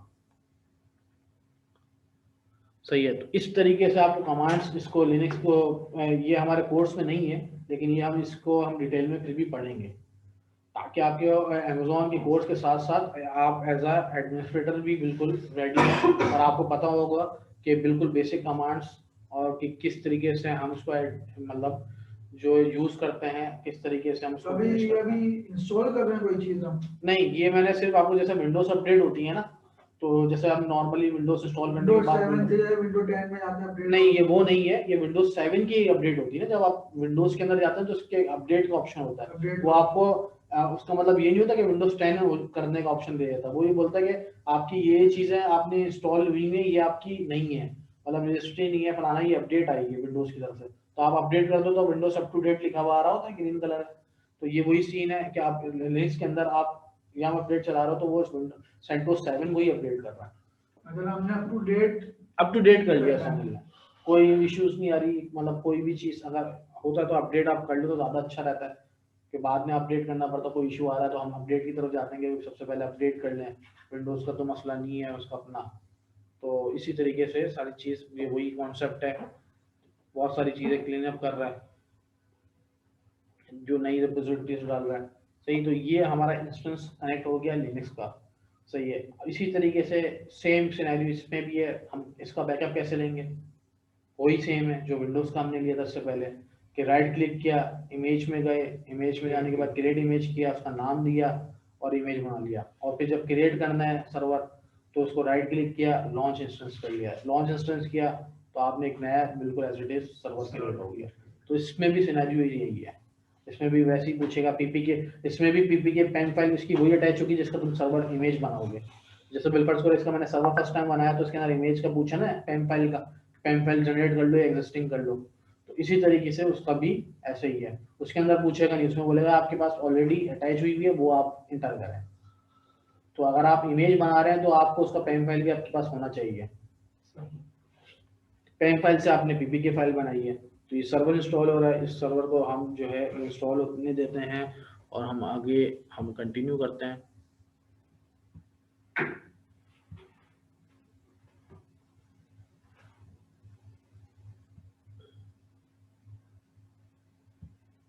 वैसी डिटेल्स जैसे कि विंडोज़ में आती है, हम जब यहाँ क्लिक करेंगे तो same as it is details जो है वो आपकी यहाँ पे आ रही होगी। कि पब्लिक आईपी क्या है, हमने स्टैटिक आईपी नहीं लगाई तो इसकी वही BSCP आएगी। अगर मैं रीबूट करता हूँ तो इसकी आईपी चेंज हो जाएगी। तो यही सीन है कि मतलब अगर आप अभी हम टेस्टिंग पर्पस स्टडी बेस हम चीज़ें कर रहे हैं, लर्निंग कर रहे हैं, तो मैंने जो इलास्टिक आईपी हम पहले लगा चुके हैं, तो अब जो है बार बार हमें लगाने की ज़रूरत नहीं है। लेकिन आपको पता होना चाहिए किस तरीके से इलास्टिक आईपी असाइन होती है, सही है। तो ये बता रहे हैं एमआई नेम कौन सा है, कि सेंटोस नेम, मतलब हमने एमआई सेलेक्ट की थी ना इसका, तो अब वो जो है बता रहा है कि कौन सा वर्जन हुआ है, सेंटोस 7 हुआ है।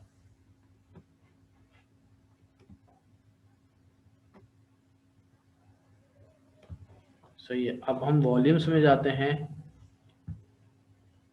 वॉल्यूम्स में एक आ रहा है बाय डिफॉल्ट 10 GB का। सही है।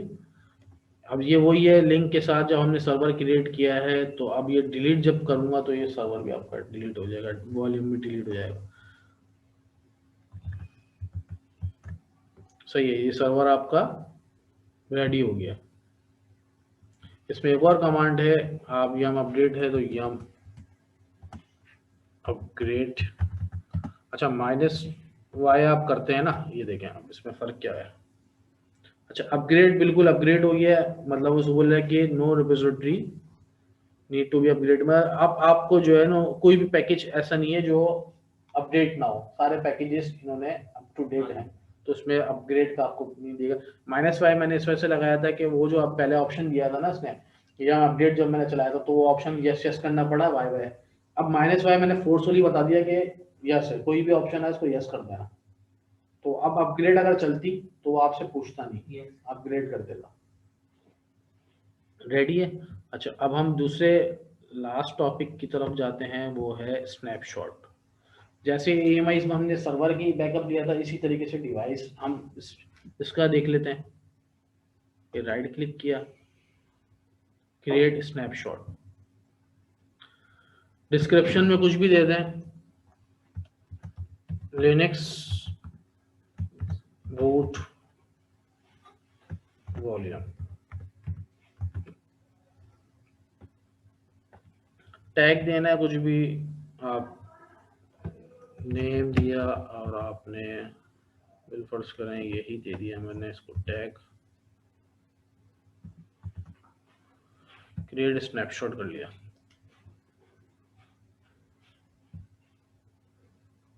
अच्छा स्नैपशॉट आपके पास कहाँ आएगा, जो व्यू होगा कि स्नैपशॉट क्रिएट हो गया, ये बन रहा है।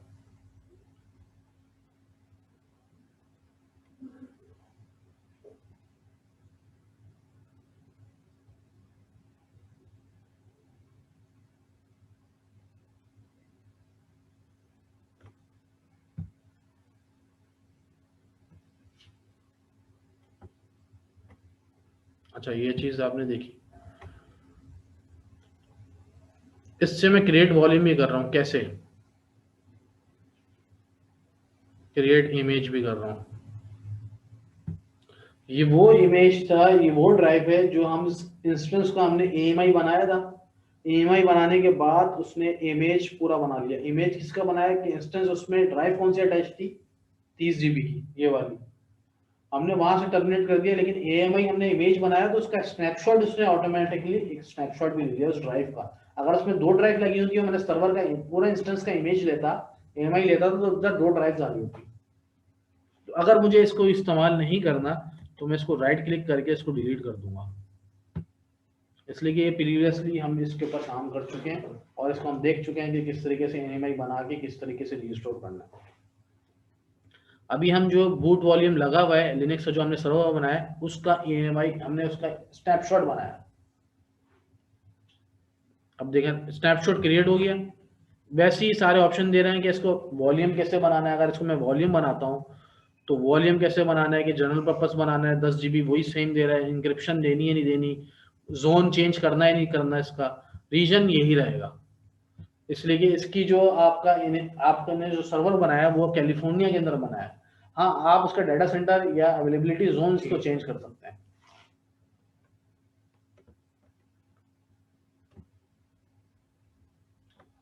क्रिएट वॉल्यूम करेंगे तो क्रिएट वॉल्यूम हो जाएगी। स्नैपशॉट का भी हमने वॉल्यूम बना लिया। बिल्कुल।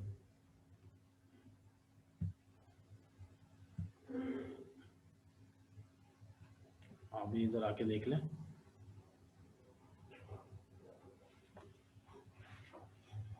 अच्छा वो जो आईडी आई थी वो सबकी यूनिक होती है, मैंने आपको पहले बताया था कि वॉल्यूम आईडी जो है सबकी यूनिक होती है।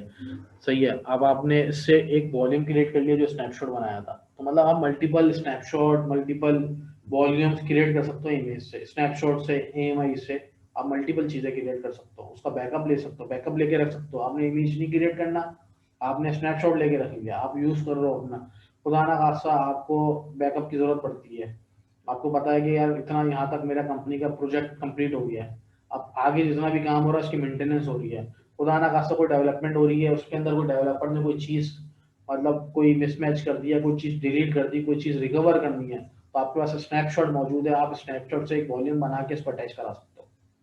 सेकेंडरी बनाना हो तो आप सेकेंडरी लगा सकते हो। जो हमने EMI इमेज बनाई थी वो स्नैपशॉट में वही काम कर रहा है। स्नैपशॉट तो एक स्नैपशॉट आप ले लो ड्राइव का, सिंपली एक ड्राइव का, वो सेकेंडरी भी हो सकती है, बूट वॉल्यूम भी हो सकती है, मतलब वो अलग अलग है। लेकिन जो इंस्टेंस का EMI बना रहा हो ना, उसके अंदर तो 4 ड्राइव तुमने अटैच कराई हुई है और तुमने इंस्टॉलेशन तक की हुई है इसके अंदर, तो वो सारी चीजें सारे EMI ले आएगा। सारे वॉल्यूम्स की ले लेगा। बिल्कुल, वो आपको मेंशन करता है ना, और उसके अंदर बताता है, पूछता है कि कौन कौन सी वॉल्यूम जितने इसके साथ वॉल्यूम्स attach लगे है। हैं सबकी हमें सबकी बना एड्रेस देगा। और उसके अंदर यहाँ तक भी आएगा, जैसे कोई विंडोज आपने इंस्टॉल किया, विंडोज के अंदर मैंने यम अपडेट, जैसे लिनक्स का मैं प्रीफर्स करना बात करता हूँ, इसमें मैं इंस्टॉल करता हूँ यम इंस्टॉल नैनो, कोई भी चीज आप कर लें, जैसे कि मैंने कर लिया यम इंस्टॉल नैनो -y, अगर ये इंस्टॉल नहीं होगा तो बता देगा, देखें उसने यस पूछा नहीं मेरे से और इंस्टॉल कर भी दिया, इंस्टॉल कर दिया, क्योंकि हमने -y का फ्लैग दे दिया, -y का फ्लैग दे दिया तो उसने पूछा नहीं और वो यस कर दिया, वरना अदरवाइज क्या होता, वैसे रुकता और मेरे से पूछता। सही है, तो अब मैंने नैनो इंस्टॉल कर दिया, एक एडिटर है। अब मैं जब इसका स्नैपशॉट लूंगा तो जब क्रिएट करूंगा वॉल्यूम, तो इसमें अगर मैंने इंस्टेंस लिया हुआ है, EMI बनाई हुई है, जब मैं इसे क्रिएट करूंगा नया, तो उसमें नैनो भी इंस्टॉल आएगा, इसलिए कि आपने उसका EMI लिया हुआ है ना, लिया हुआ है। बेसिकली आप सर्वर में एक ड्राइव लगी हुई है तो आप पूरा इमेज ले लो, अगर आपको पता है कि मेरी विंडोज की रजिस्ट्री फाइल या लिनक्स का कोई पैकेज वगैरह मसला कर सकता है, या मेरे लिए इंपॉर्टेंट पूरा ऑपरेटिंग सिस्टम है, तो आप EMI ले लो।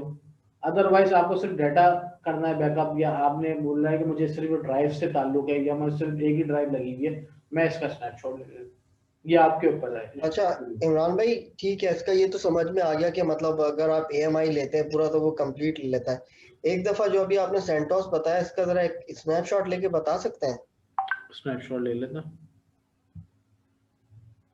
इनको हम डिलीट कर देते हैं। अच्छा, एक और चीज मैं आपको बताता हूँ, ये देखें,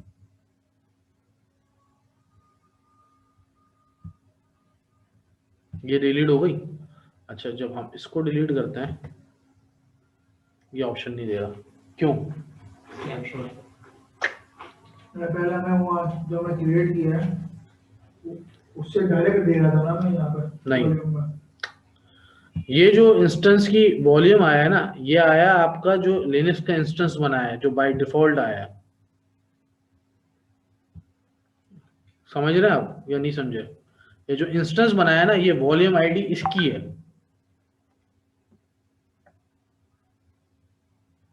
ये नहीं। जी और ये ठीक है, जब तक ठीक है। डिलीट नहीं होगी या कुछ नहीं होगा, अच्छा, जब तक मैं उस सर्वर से डिटैच नहीं कराऊंगा, इसलिए कि वो इन यूज आ रही होगी, इन यूज है, मतलब उसको एक सर्वर उसके साथ ड्राइव के साथ जब तक वो यूज में होगी, मैंने आपको पहले बताया था, वो डिलीट नहीं करने देगा। हाँ, डिटैच जरूर करने देगा, मतलब अगर इसके अंदर आप जाते हैं और डिटैच वॉल्यूम कराते हैं ना, तो वो उस सर्वर की ड्राइव हटेगी, तो फिर आप डिलीट कर सकते हैं। तो ये जब इसका मतलब ये है कि डिलीट का अगर ऑप्शन नहीं दे रहा, तो ये कहीं किसी सर्वर के साथ इंटीग्रेट हुई हुई है, और ये बाय डिफॉल्ट हमने बनाई नहीं है, ये बनी हुई है, जो बनाई थी वो मैंने डिलीट कर दी। इमेज नहीं आ रहा, इंस्टेंस नहीं आ रहा, सही है। इसी तरीके से जो आपने बनाया हुआ लिनक्स सर्वर इमेज बनाना, कोई भी, जैसे मैंने आपको बताया था कि विंडोज का वैसे ही लिनक्स का है। सिंपल आप क्रिएट इमेज करेंगे, क्रिएट इमेज पे गए, आपने इमेज का नाम रखा लिनक्स EMI, डिस्क्रिप्शन में भी आपने यही दिया, या जो भी आप ये इंफॉर्मेशन देना चाहते हो, ये इट्स अप टू यू। और नो रिबूट का जो ऑप्शन मैंने आपको बताया था, ड्राइव आपको वही आ रहा है 10 GB। इसी तरीके से जैसे ही आप इंस्टेंस क्रिएट करेंगे, इसका स्नैपशॉट लेंगे, तो इसका कहाँ पे आएगा, ये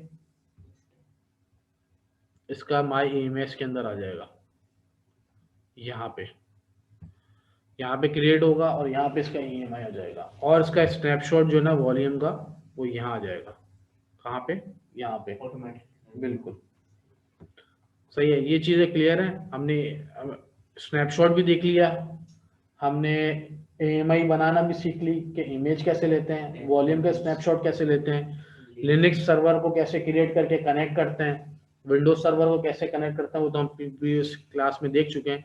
सही है। अब जैसे कि मैं एक ऑप्शन, आप क्लास को एंड करते हैं, इसको टर्मिनेट करता हूँ। इसको अगर मैं टर्मिनेट करने जाता हूँ तो एक चीज़ देखनी है और आपको दिखानी है, शटडाउन हो रही है।